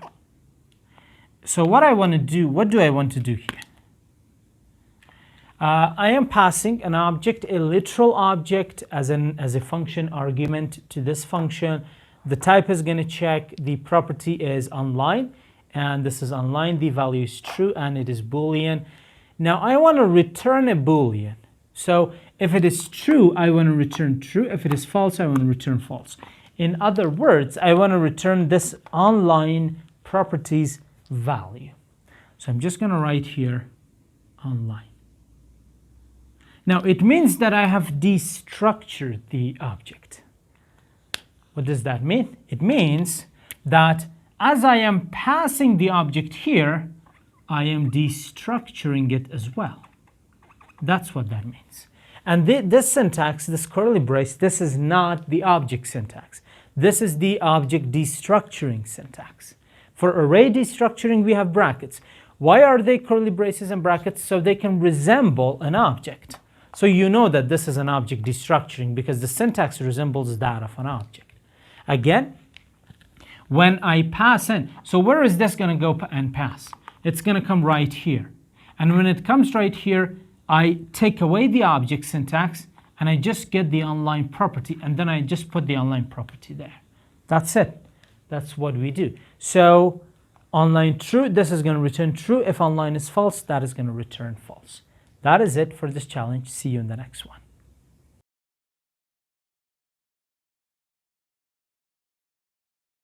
Hi everyone. Welcome to the first challenge solution for nullability. The challenge statement reads, what is going to be the result of this variable assignment? So let's go ahead and let's first understand what we have here. We have a variable called vague, and we have type annotated that with number and undefined. And we are assigning a value of null to it. This is going to result in a type error, like a squiggly red line under the variable name, saying, so the solution is a type error, aka compilation error. The reason for that is because here we have null. The only type that can accept the value of null is the type null. Null cannot be assigned to number. It can't be assigned to undefined. And that is the error that you're going to see. Type null is not assignable to the union of number and undefined. So that's it. That is it for the solution of this challenge. See you in the next one.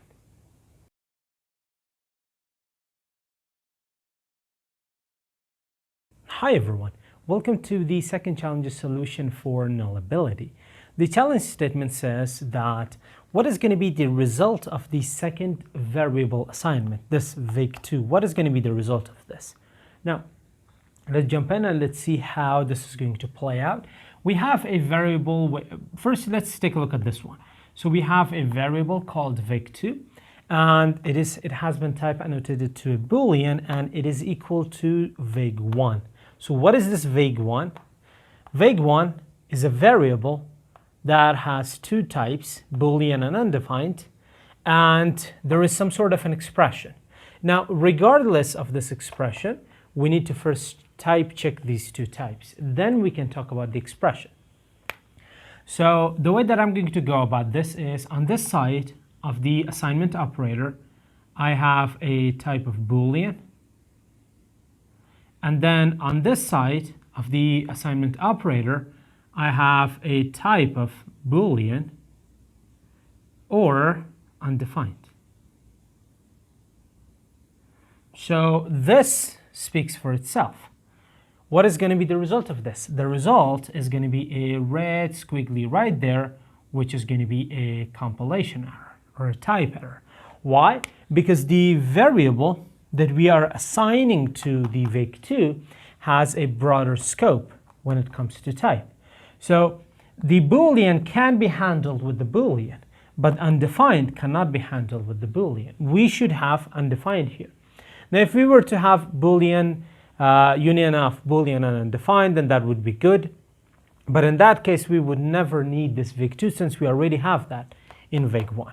This is going to be a type error like that. And coming back to this expression, I'm going to explain this and we are going to wrap everything up.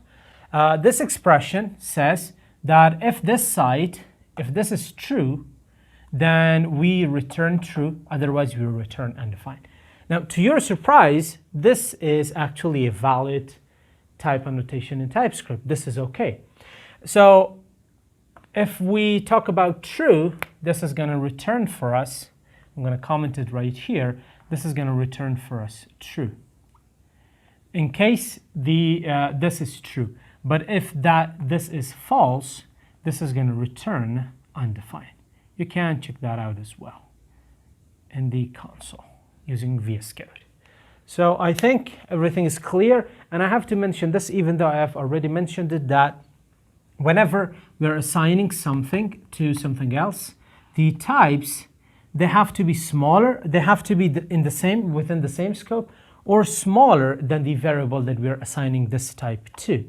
So if this variable had like boolean undefined, it would be able to accept boolean, but this way it can't accept that because this is like broader in scope. And then there is this undefined, which is extremely treated very, very seriously in TypeScript.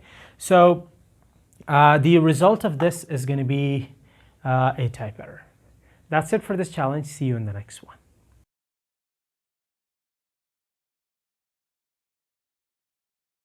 Hi everyone. Welcome to the third challenge solution for nullability. The challenge statement says that what is going to be the result of the following variable assignment. So let's go ahead. Let's first take a second to understand exactly what is going on here.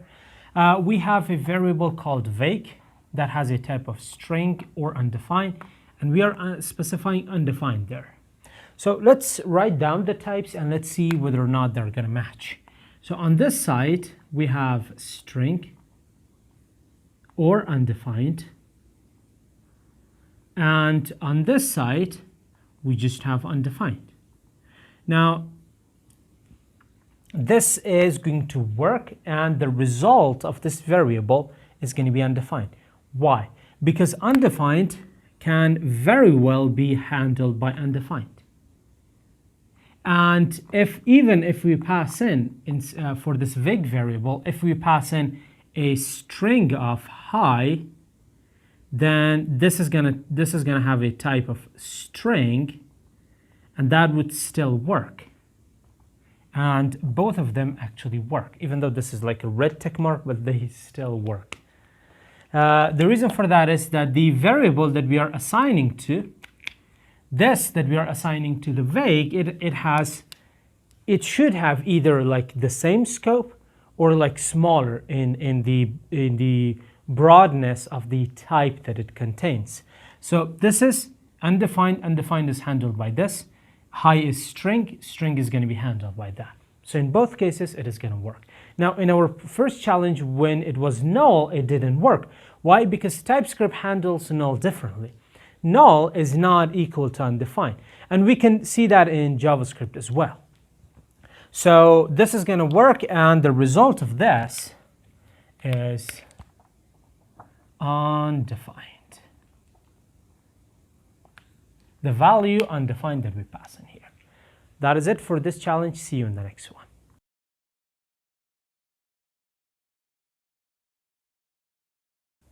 Hi everyone, welcome to the fourth challenge solution for nullability.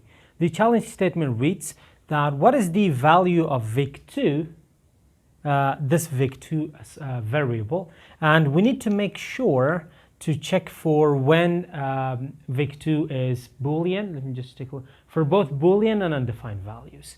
So we seem to have a lot going on. Let's just dive in and let's see what we have, what we are working with. So here we have our vig2 right here, and here we are assigning vig2 a value of false or a value of true based on a certain condition, and that condition is based on the value of vig1. So let's jump back up and let's see what vig1 is. So vig1 has a type of Boolean and undefined. There is also another variable with the type with the value of with the name of vig1.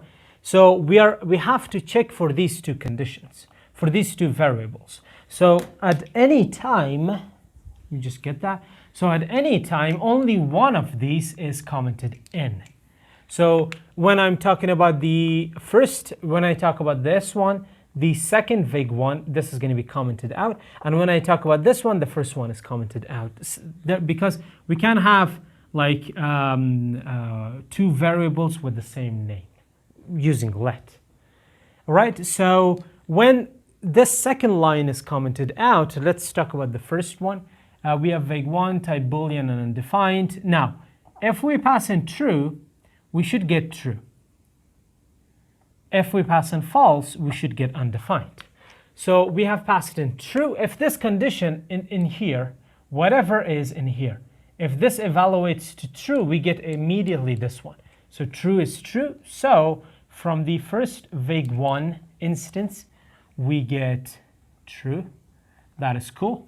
Now let's comment out the above line, and let's comment in the second instance of vig1. So line 1, we know that we get true. Let's talk about line 2. This type is still the same since it's the same variable. Now, if we get true, we want to pass in undefined. If we get false, we want to pass in true. So what is this? This is true, and true evaluates to true. Therefore, we get undefined. Now, imagine if this was false, like this, then we will get true as well. But since it is true, we just get the one immediately after the question mark. We get undefined. I hope you're following. It's very simple logic. So this is a Boolean evaluation. We have passed in true. True passes as the Boolean true. Therefore, we get true. There we go. And again, this is the same thing. We get true from this side, so we get the undefined value. If this is true, we get undefined. If this is false, we get true. This is true, that's why we get undefined. So now in our first vig1, we have true, and the second one we have undefined. Now, when vig1 is equal to undefined, we say that vig2 is equal to false. Else means that vig2 is also equal to true. And that's it. That is basically the solution.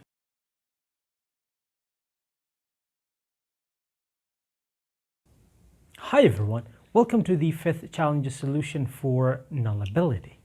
The challenge statement for this one reads that we need to create a function that produces a value based on some conditions. So the function accepts a string and undefined.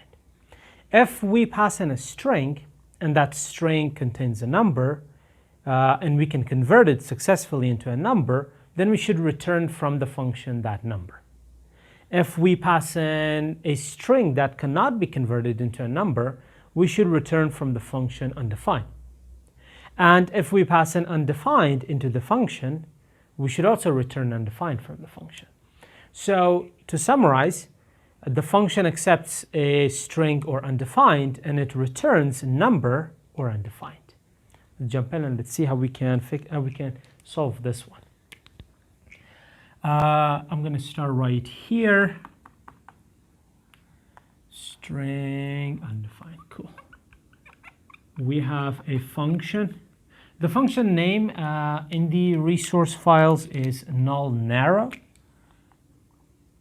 Basically, we are narrowing the null type. That's narrowing nullability, something like that. So let me just grab, I'm going to just go with a generic name, argument. The argument accepts a string or undefined. Undefined. Cool so far. And this function returns either a number or undefined. All right, everything is making sense so far? Cool. Let's just open the function body. So now we need to come up with different situations. First off, let's check for undefined. That seems to be easy. I'm going to say if type of operator, we know that when we do type of, it is going to check the type of whatever we pass in front of it. So if type of argument, if the type of argument is equal to undefined, let's write that here. I'm trying to go a little bit diverse with undefined. Cool. Is that readable? I hope so. You know what? I'm going to fix it. Undefined.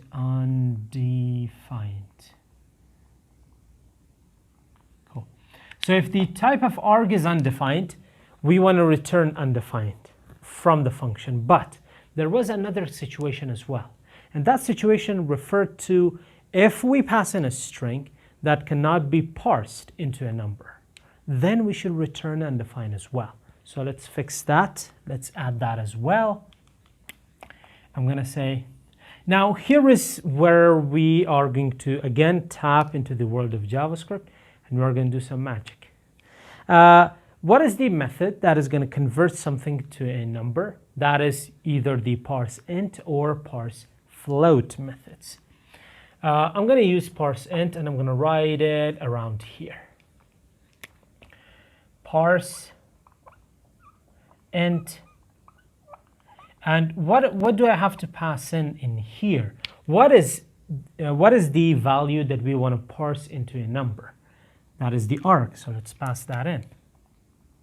The value of arg. So everything is cool. Now, what is this going to return? This is going to either return for us that number, or in this case, we are just checking if this returns undefined. Now, this is not going to actually return something that we want.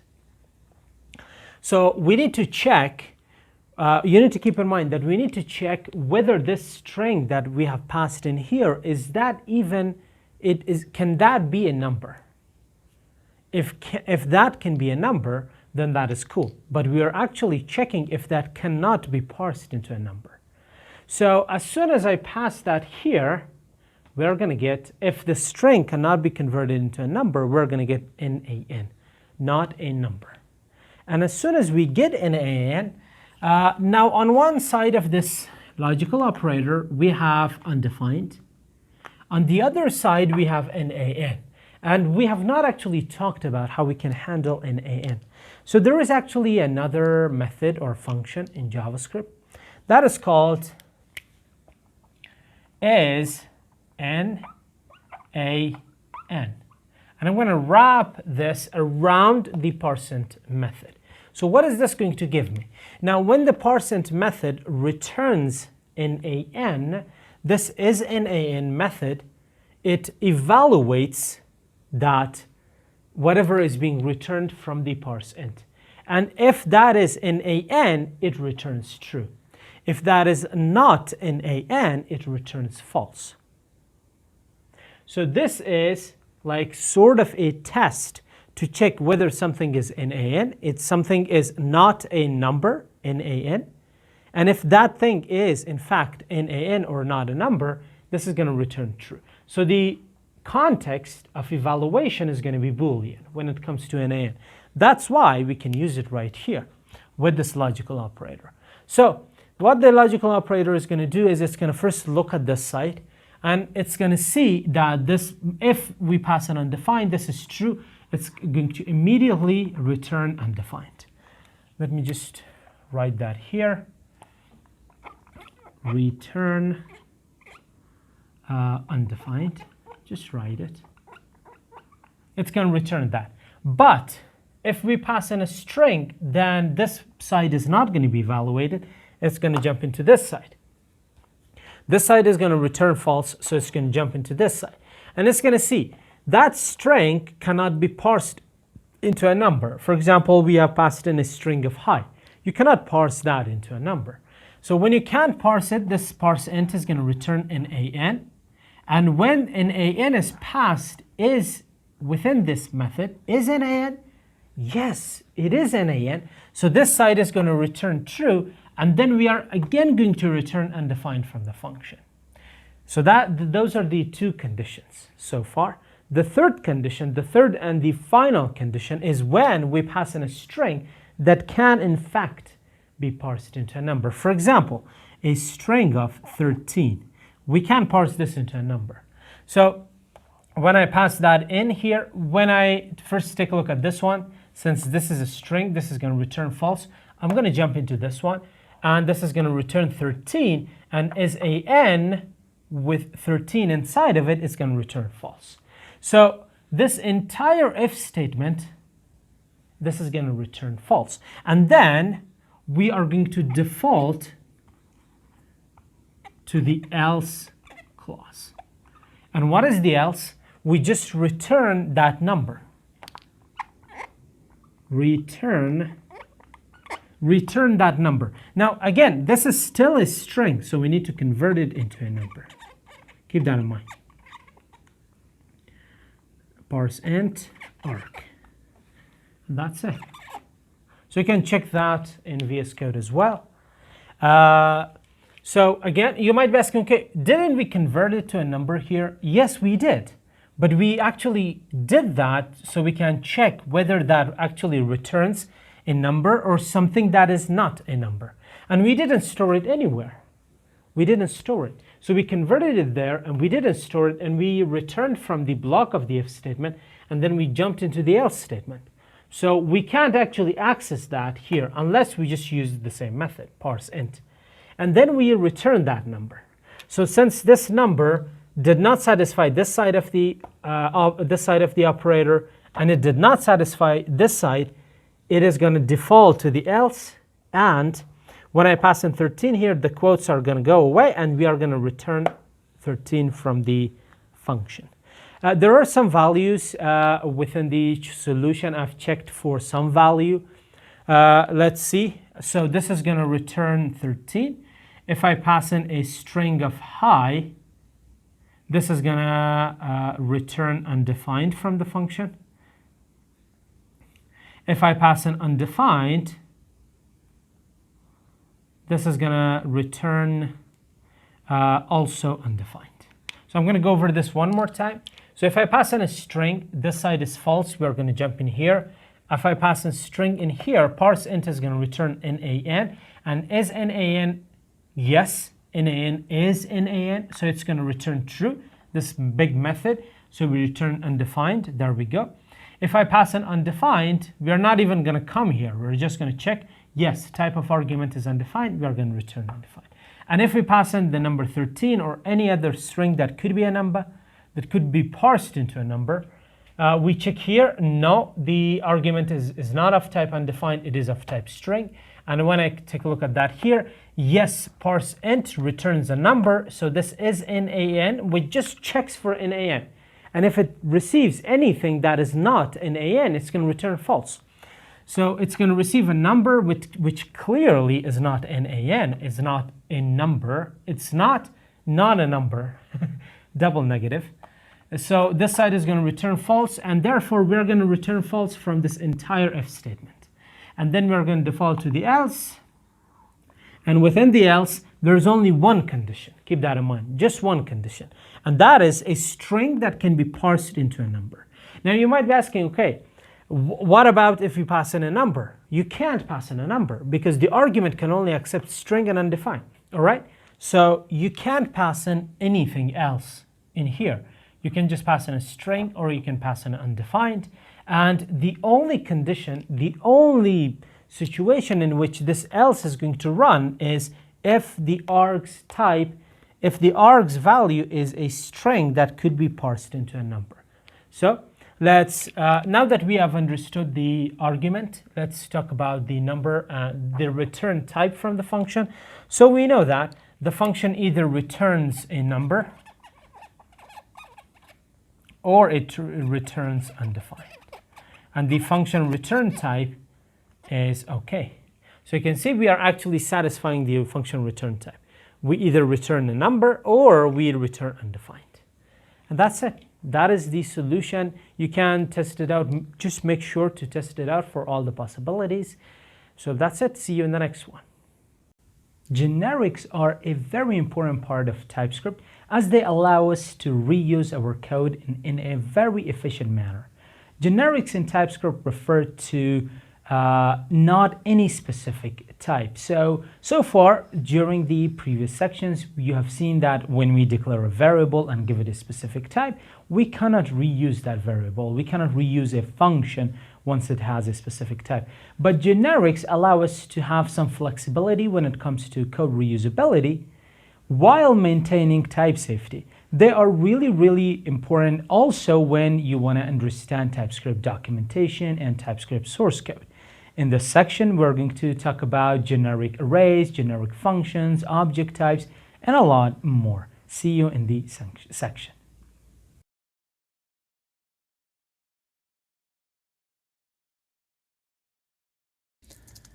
Let's say we want to create an array of numbers, and this is the syntax that we use to create that.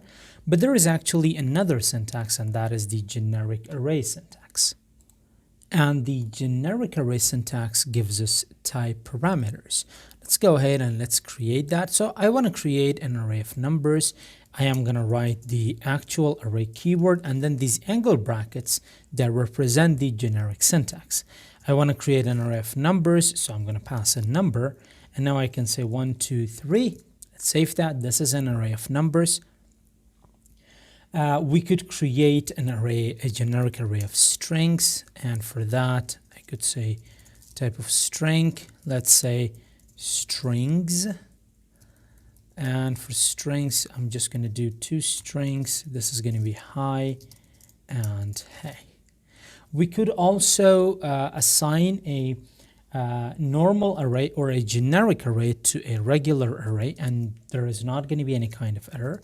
Let's say I'm going to say let regular array, and I'm going to type annotate it to an array of numbers, and I'm going to assign to it our numbers array. And it is going to work fine. Now, if I hover on this name, you can see that even though we are using the generic syntax, we are seeing our regular array. If I hover on this, on the strings, we are going to see our regular array.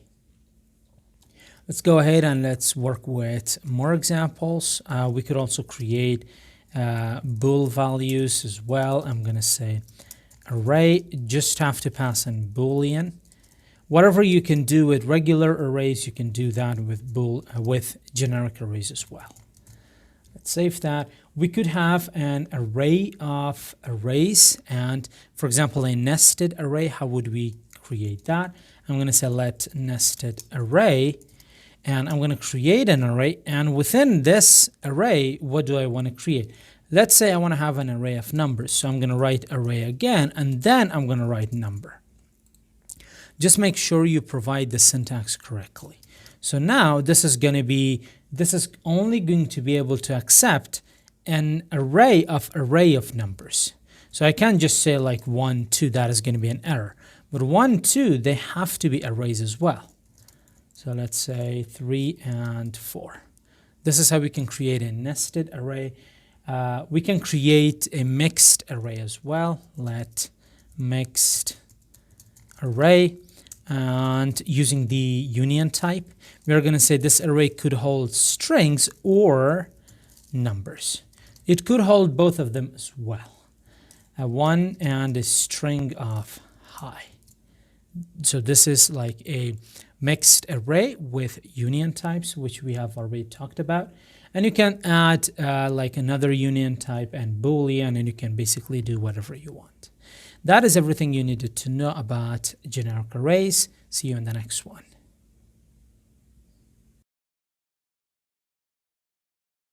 Hi everyone, in this lesson we are going to talk about generic functions. We have already seen how generic array syntaxes they work, and in this lecture we're going to talk a little bit more about how generics would work in the context of a function. And why are they useful in comparison with our regular functions that we've been using so far? Now, the idea behind a generic is that we are creating a type that could work with any data. It is not specific.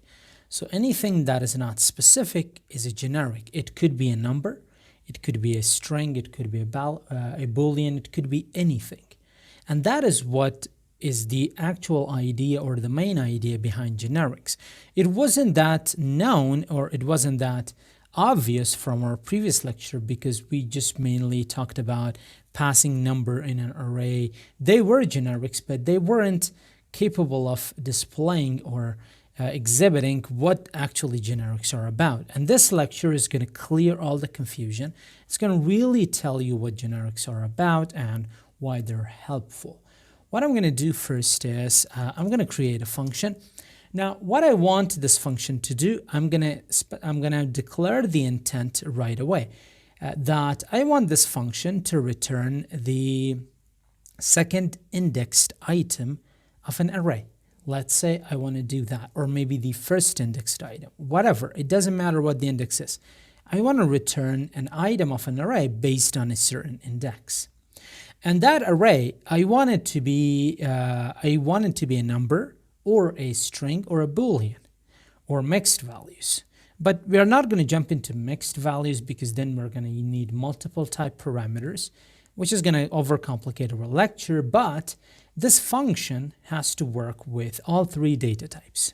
So I'm going to create a function and I'm going to call this get array item. Just get array item. And I'm going to pass in here an item. And what this function accepts is going to be an array. Now, I'm not going to provide anything within the angle brackets because we want it to be generic. We don't want it to be specific. And then what this is going to return is going to be decided by that generic as well. Now, what do I want to do? I want to grab our item and I want to return the element at the second index. So far you can see there is like a lot of errors because we haven't actually completed the function. Now, when I want it to work with any kind of data, I can't say number, I cannot say string, and I cannot say Boolean either. So I need to come up with some sort of thing that would basically change its type depending on the situation. And that thing or that letter that we usually come up with is T.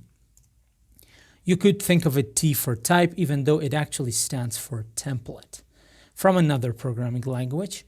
And this T is a common convention. You could write any letter that you want. For example, you could just write Z there. But T is a common convention, and that is something that you're going to see in other people's code as well. And what we want to do is we want this function to receive an array of a generic type. Generic type meaning not specific. It could be a number, it could be a string, it could be a Boolean. And then we want to return an item from that generic type. An item from the generic type is T itself. So if we are passing a number here, it is going to be an array of T, which is going to be number, and then we return one item from that array of numbers. What is going to be one item from an array of numbers? It is going to be a number. What is going to be one item from an array of strings? It is going to be a string. So therefore, the T is going to be satisfied in both cases. Now, instead of doing this is going to make our function specific. Our function is only going to work with numbers, but we don't want it to be specific. We want it to be generic. Capital T. And as soon as we do that, there is actually something else missing. In the function signature, we need to specify the generic nature of the function as well. Now, this is a generic function, and it could work with array of any data type. I'm gonna create a variable, and I'm gonna call it number.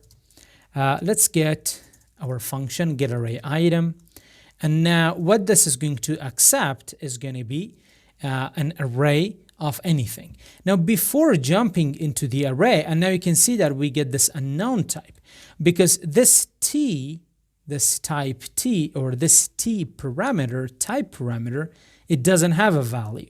And you can see right after the function name, we have provided that there. So let's provide right after the function name, let's provide that. Since this is a number, I'm just going to write number. And as soon as I do that, this number is going to come right here. And then it's going to come right here. And then it's going to come right here. And then this function would become a specific function, but in a generic manner, right? Let's pass a number, and now if I just open up curly braces, you can see it no longer is unknown. It is number because we have clearly specified that. Now, we have not actually talked about the unknown type. We are going to talk about it in one of the several upcoming sections, but it was a very, very good use case that you saw the unknown type, what we actually use that for, and how TypeScript infers that type. Now in here, I'm going to pass in an array of numbers. Let's save that. Let's log this number. And as soon as I do that, it's going to give me the number 3 because that is the second indexed item. And I hope everything is clear. I'm going to go over this concept one more time. So when I invoke the function could be invoked with any type. That is why it's called a generic, because it's not specific to one type. And when we call this with a number, this number is going to replace everywhere where we have T. And then when the function return type becomes number, why? Because we are accessing an array of numbers, and one number within one item within an array of numbers is going to be a number. That's why the function return type becomes a number. Now let's take a look at another example. I am going to say hi, hey, I'm going to say hello, and then I'm going to say there. Let's change this to some stir, and I'm going to change the type to string as well. Let's save that, and let's take a look at some stir. And as soon as I save it, it is going to give us hello. And now, in the previous render, in the previously when we call the function, we passed a number, but this time we're going to pass in a string. So t here is going to become a string. The array that the function accepts is going to be an array of strings, and then we are going to return a string from the function. Why? What is one item within an array of strings? It's going to be a string. And there we go. And it is working perfectly fine. Correct? Cool. So we could do a Boolean as well, but I'm not going to do that. And this is basically the idea behind generics and how we can use generics. There is one more thing that I would like to talk about, that generics could also work when the result is assigned to an inferred variable. So if I take a look at this, you can see that the variable type, this is not something that we have actually type annotated. The type of some stir is being inferred by this function, by the return type of the function. So in the case of number, the return type of the function is number, therefore the inferred type of this variable is number, and in this case it is string. And this is the magic of generic types and generic functions. They give you a lot of flexibility whilst keeping type safety.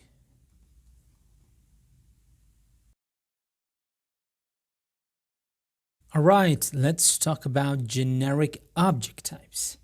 Let's think about what we have done so far.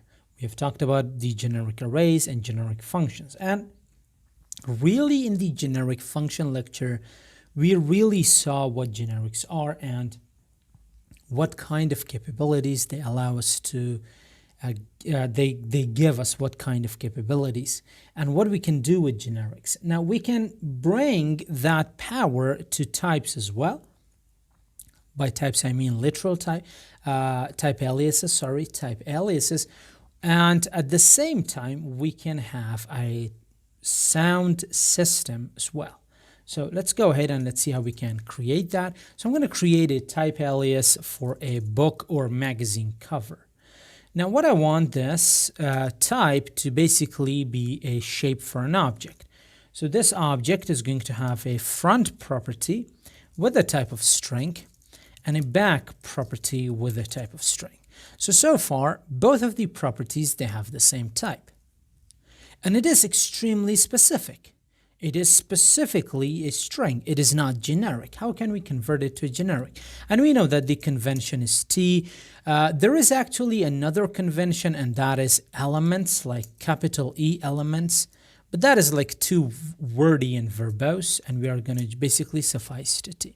And as soon as I do that, there is an error that says cannot find name T, because we need to define it on the type alias itself. Let's get the generic syntax and let's pass in the T there. There we go. Now, whenever we want to type annotate any function, I'm going to say book cover. Let's type annotate it to cover. What we need to do is, before jumping and specifying the shape, the object itself, we need to specify what this generic is going to be. So it's like invoking a generic. It's like invoking a function, but for types. So I'm gonna get this. I'm going to provide it with the generic syntax, and you need to think about how many type parameters you have passed. So what I want to explain, the way that I'm going to explain this is going to be by first zooming in. And when you take a look at this, think of this as a list of type parameters. And T is one type parameter in a list of type parameters. And when you have one type parameter, when you are invoking, if you will, invoking this type, you need to provide one argument for that type parameter. What is going to be that argument? In the first case, I'm going to say that argument is going to be a string. Cool. So everything is cool, right? And then when I go to front, since I have declared T as a string, the only value that front is going to contain is going to be a string. Book name, and then on the back, it is going to be a string as well. Author biography, something like that. Doesn't really matter. but that conveys the point. So this is a generic type, and we have type annotated that generically. T is a type parameter, and for each type parameter, we need to pass in a type argument. A type parameter, think of it like this, is to a type what a parameter is to a function. I'm going to reiterate this. A type parameter is to a type what a parameter is to a function.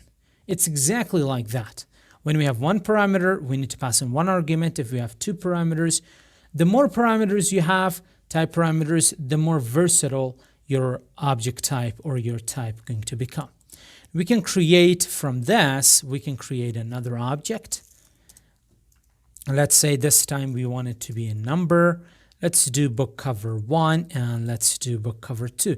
Now, it wouldn't make sense for us to do 15 and I don't know, like 17 here, but this is something that you can do. Perhaps we should have changed the names as well. But this basically displays, or it shows you how you can use generic types. I'm going to save that, and we can see the compiled JavaScript down below. Now, let's go ahead and let's see how we can provide two type parameters.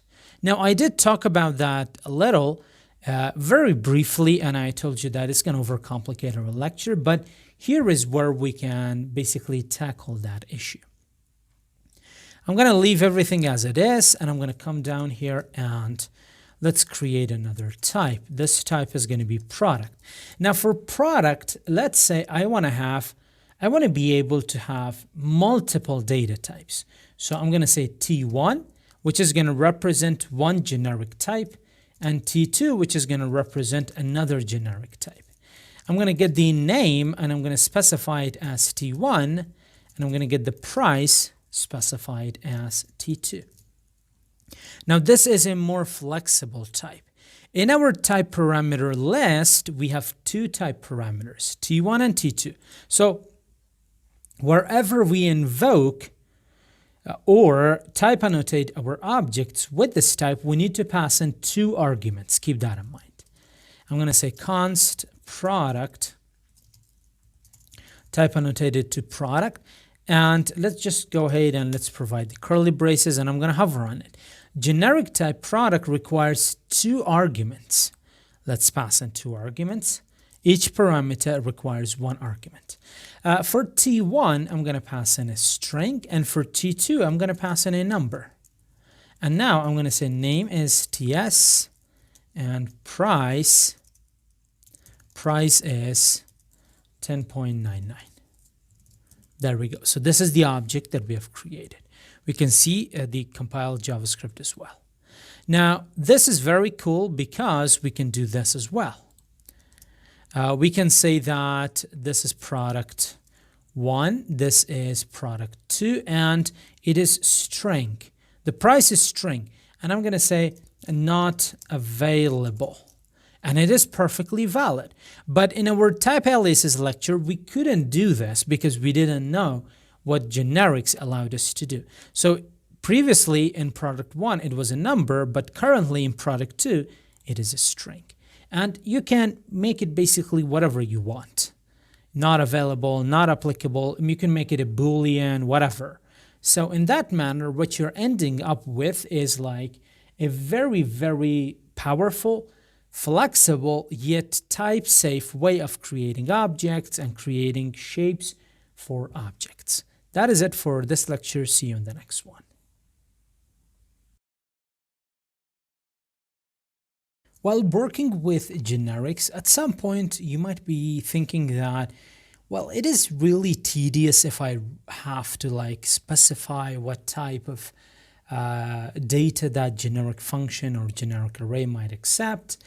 Well, fortunately, TypeScript can infer the type when calling a generic function, and that inference is going to be perfectly fine. Let's say we have a function here that is going to get array length. It is just going to get the array length.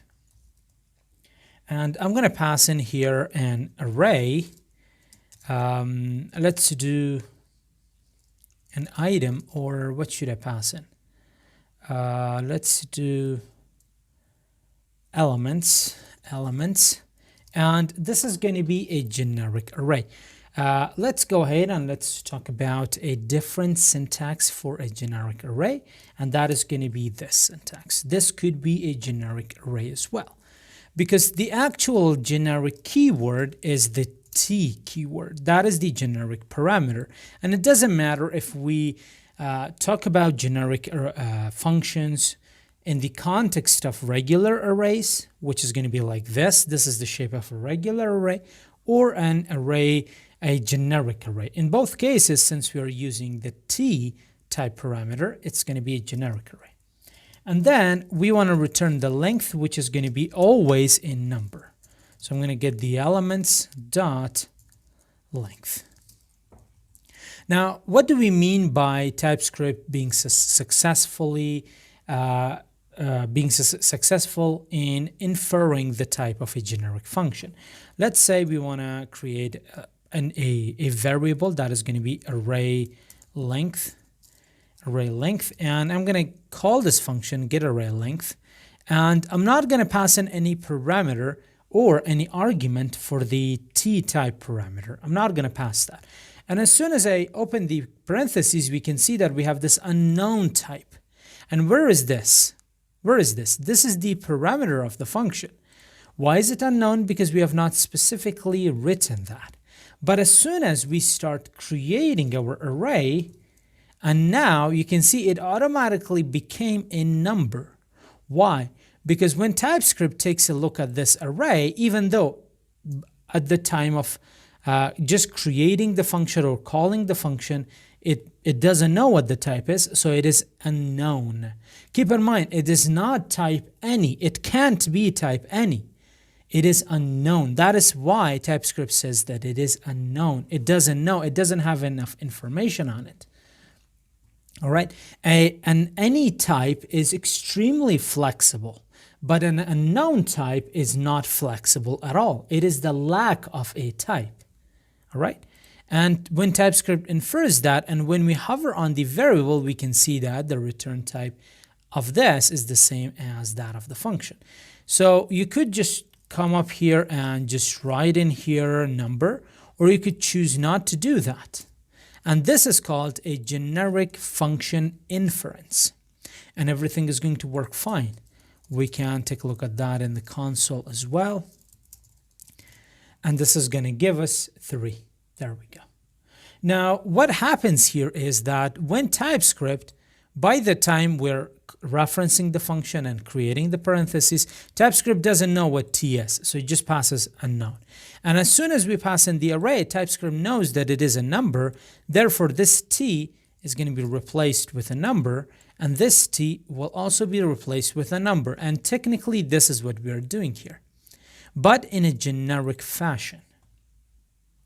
Now, there is one more thing that I need to mention here, that whenever you're working with generic functions, you shouldn't feel bad if you don't specifically provide the type argument. And you feel bad, okay, and you might think I haven't provided that. The inference might make a mistake. No, TypeScript doesn't make a mistake in this regard. And when it infers the type, you can be sure that that is actually a correct type. Type inference, you need to keep this in mind. Type inference doesn't eliminate type safety.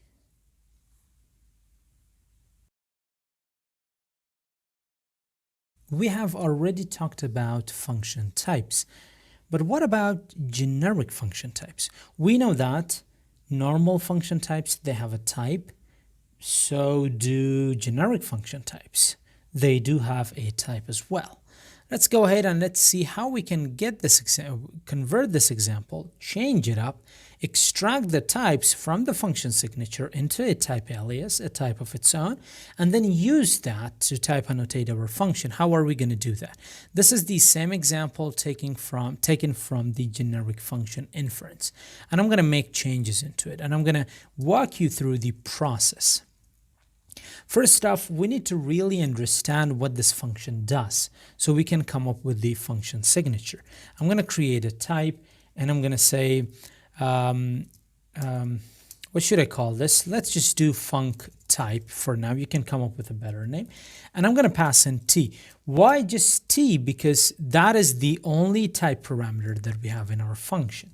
So what is this function's signature? The function signature contains the function parameter, which is elements. The type of elements is a generic array. So I could write it as this, or I could write it as an array, which is a generic array. Let me pass in the y and the t. So in both cases, it is going to be fine. We could do, again, we could do it like this as well. I'm going to keep it like that, and I'm going to do one more like the generic array. And then what does this function return? What does it return? It returns a number. And what I could do is I could just say it returns a number. Now this is the signature of this function. Since we have created the signature, we no longer need all of these type annotations in our function definition. We just have to make sure that our function conforms to our to the function signature. It has to conform to the function signature. We just have to make sure of that. So what I'm going to do is I'm going to get rid of this function keyword, and I'm going to write let. The function name is going to be get array length. I'm going to type annotate it to func type, and I'm going to pass in. And here I could pass in whatever I want. So I'm going to pass in a number. All right, so I'm going to pass in a number. And then, so when we call this function, we want to pass in a number for all the t's. We no longer need these type annotations. So I'm just going to get rid of all of that, and I'm going to get rid of this as well. And now, let's just save that. If I take a look at this, we can see that there is that function, that fat arrow missing, since this is an arrow function. And there we go. Again, internet is disconnected. Anyway, we get our result back. And now if I hover on the array length, we can see that it returns a number. Now this is going to work with a number, and we could come up with a function that would work with some other type as well. This is the function signature. As far as the function signature is concerned, this is a generic function type.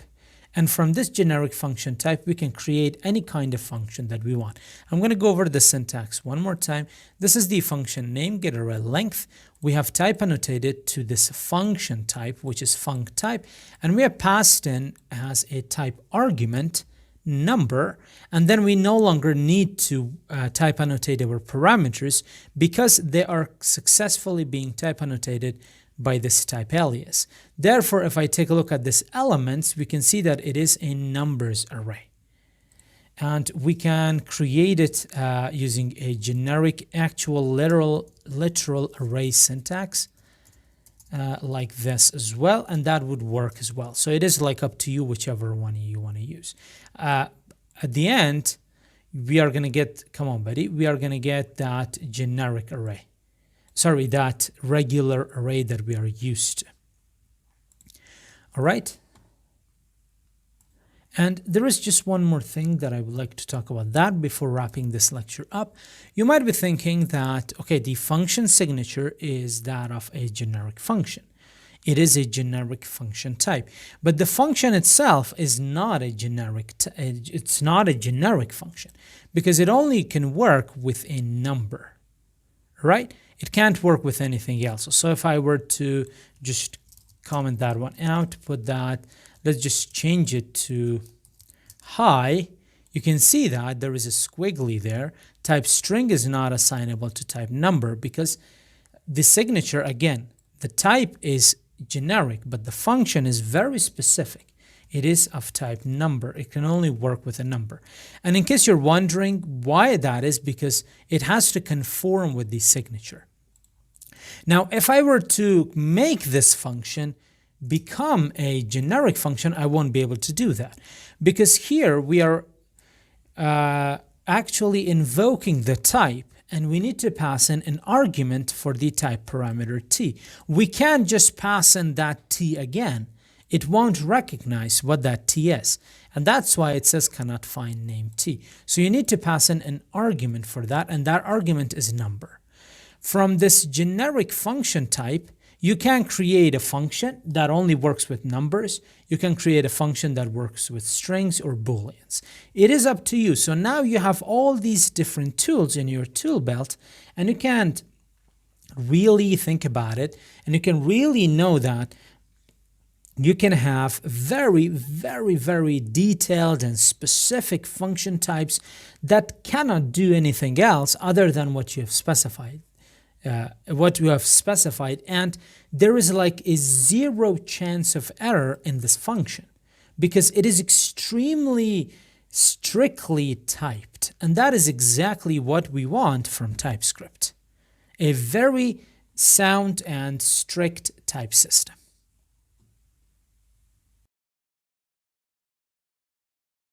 Let's talk about sets. Sets are collections that can hold values much like an array does. However, sets cannot have duplicate values, so even if you add two identical values, only one copy will be saved. A set can be created using the new set constructor, and let's go ahead and let's see that. The first set I'm going to call my set. I'm not going to type annotated because there is something cool about the sets type annotation. I'm going to use the new keyword and I'm going to get this set. This is going to be a set, which is an iterable, which means that we can iterate over it.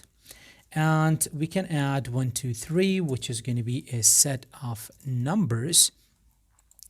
But sets in TypeScript, they are actually generic. So if I hover on my set, we can see that we have this generic syntax right there.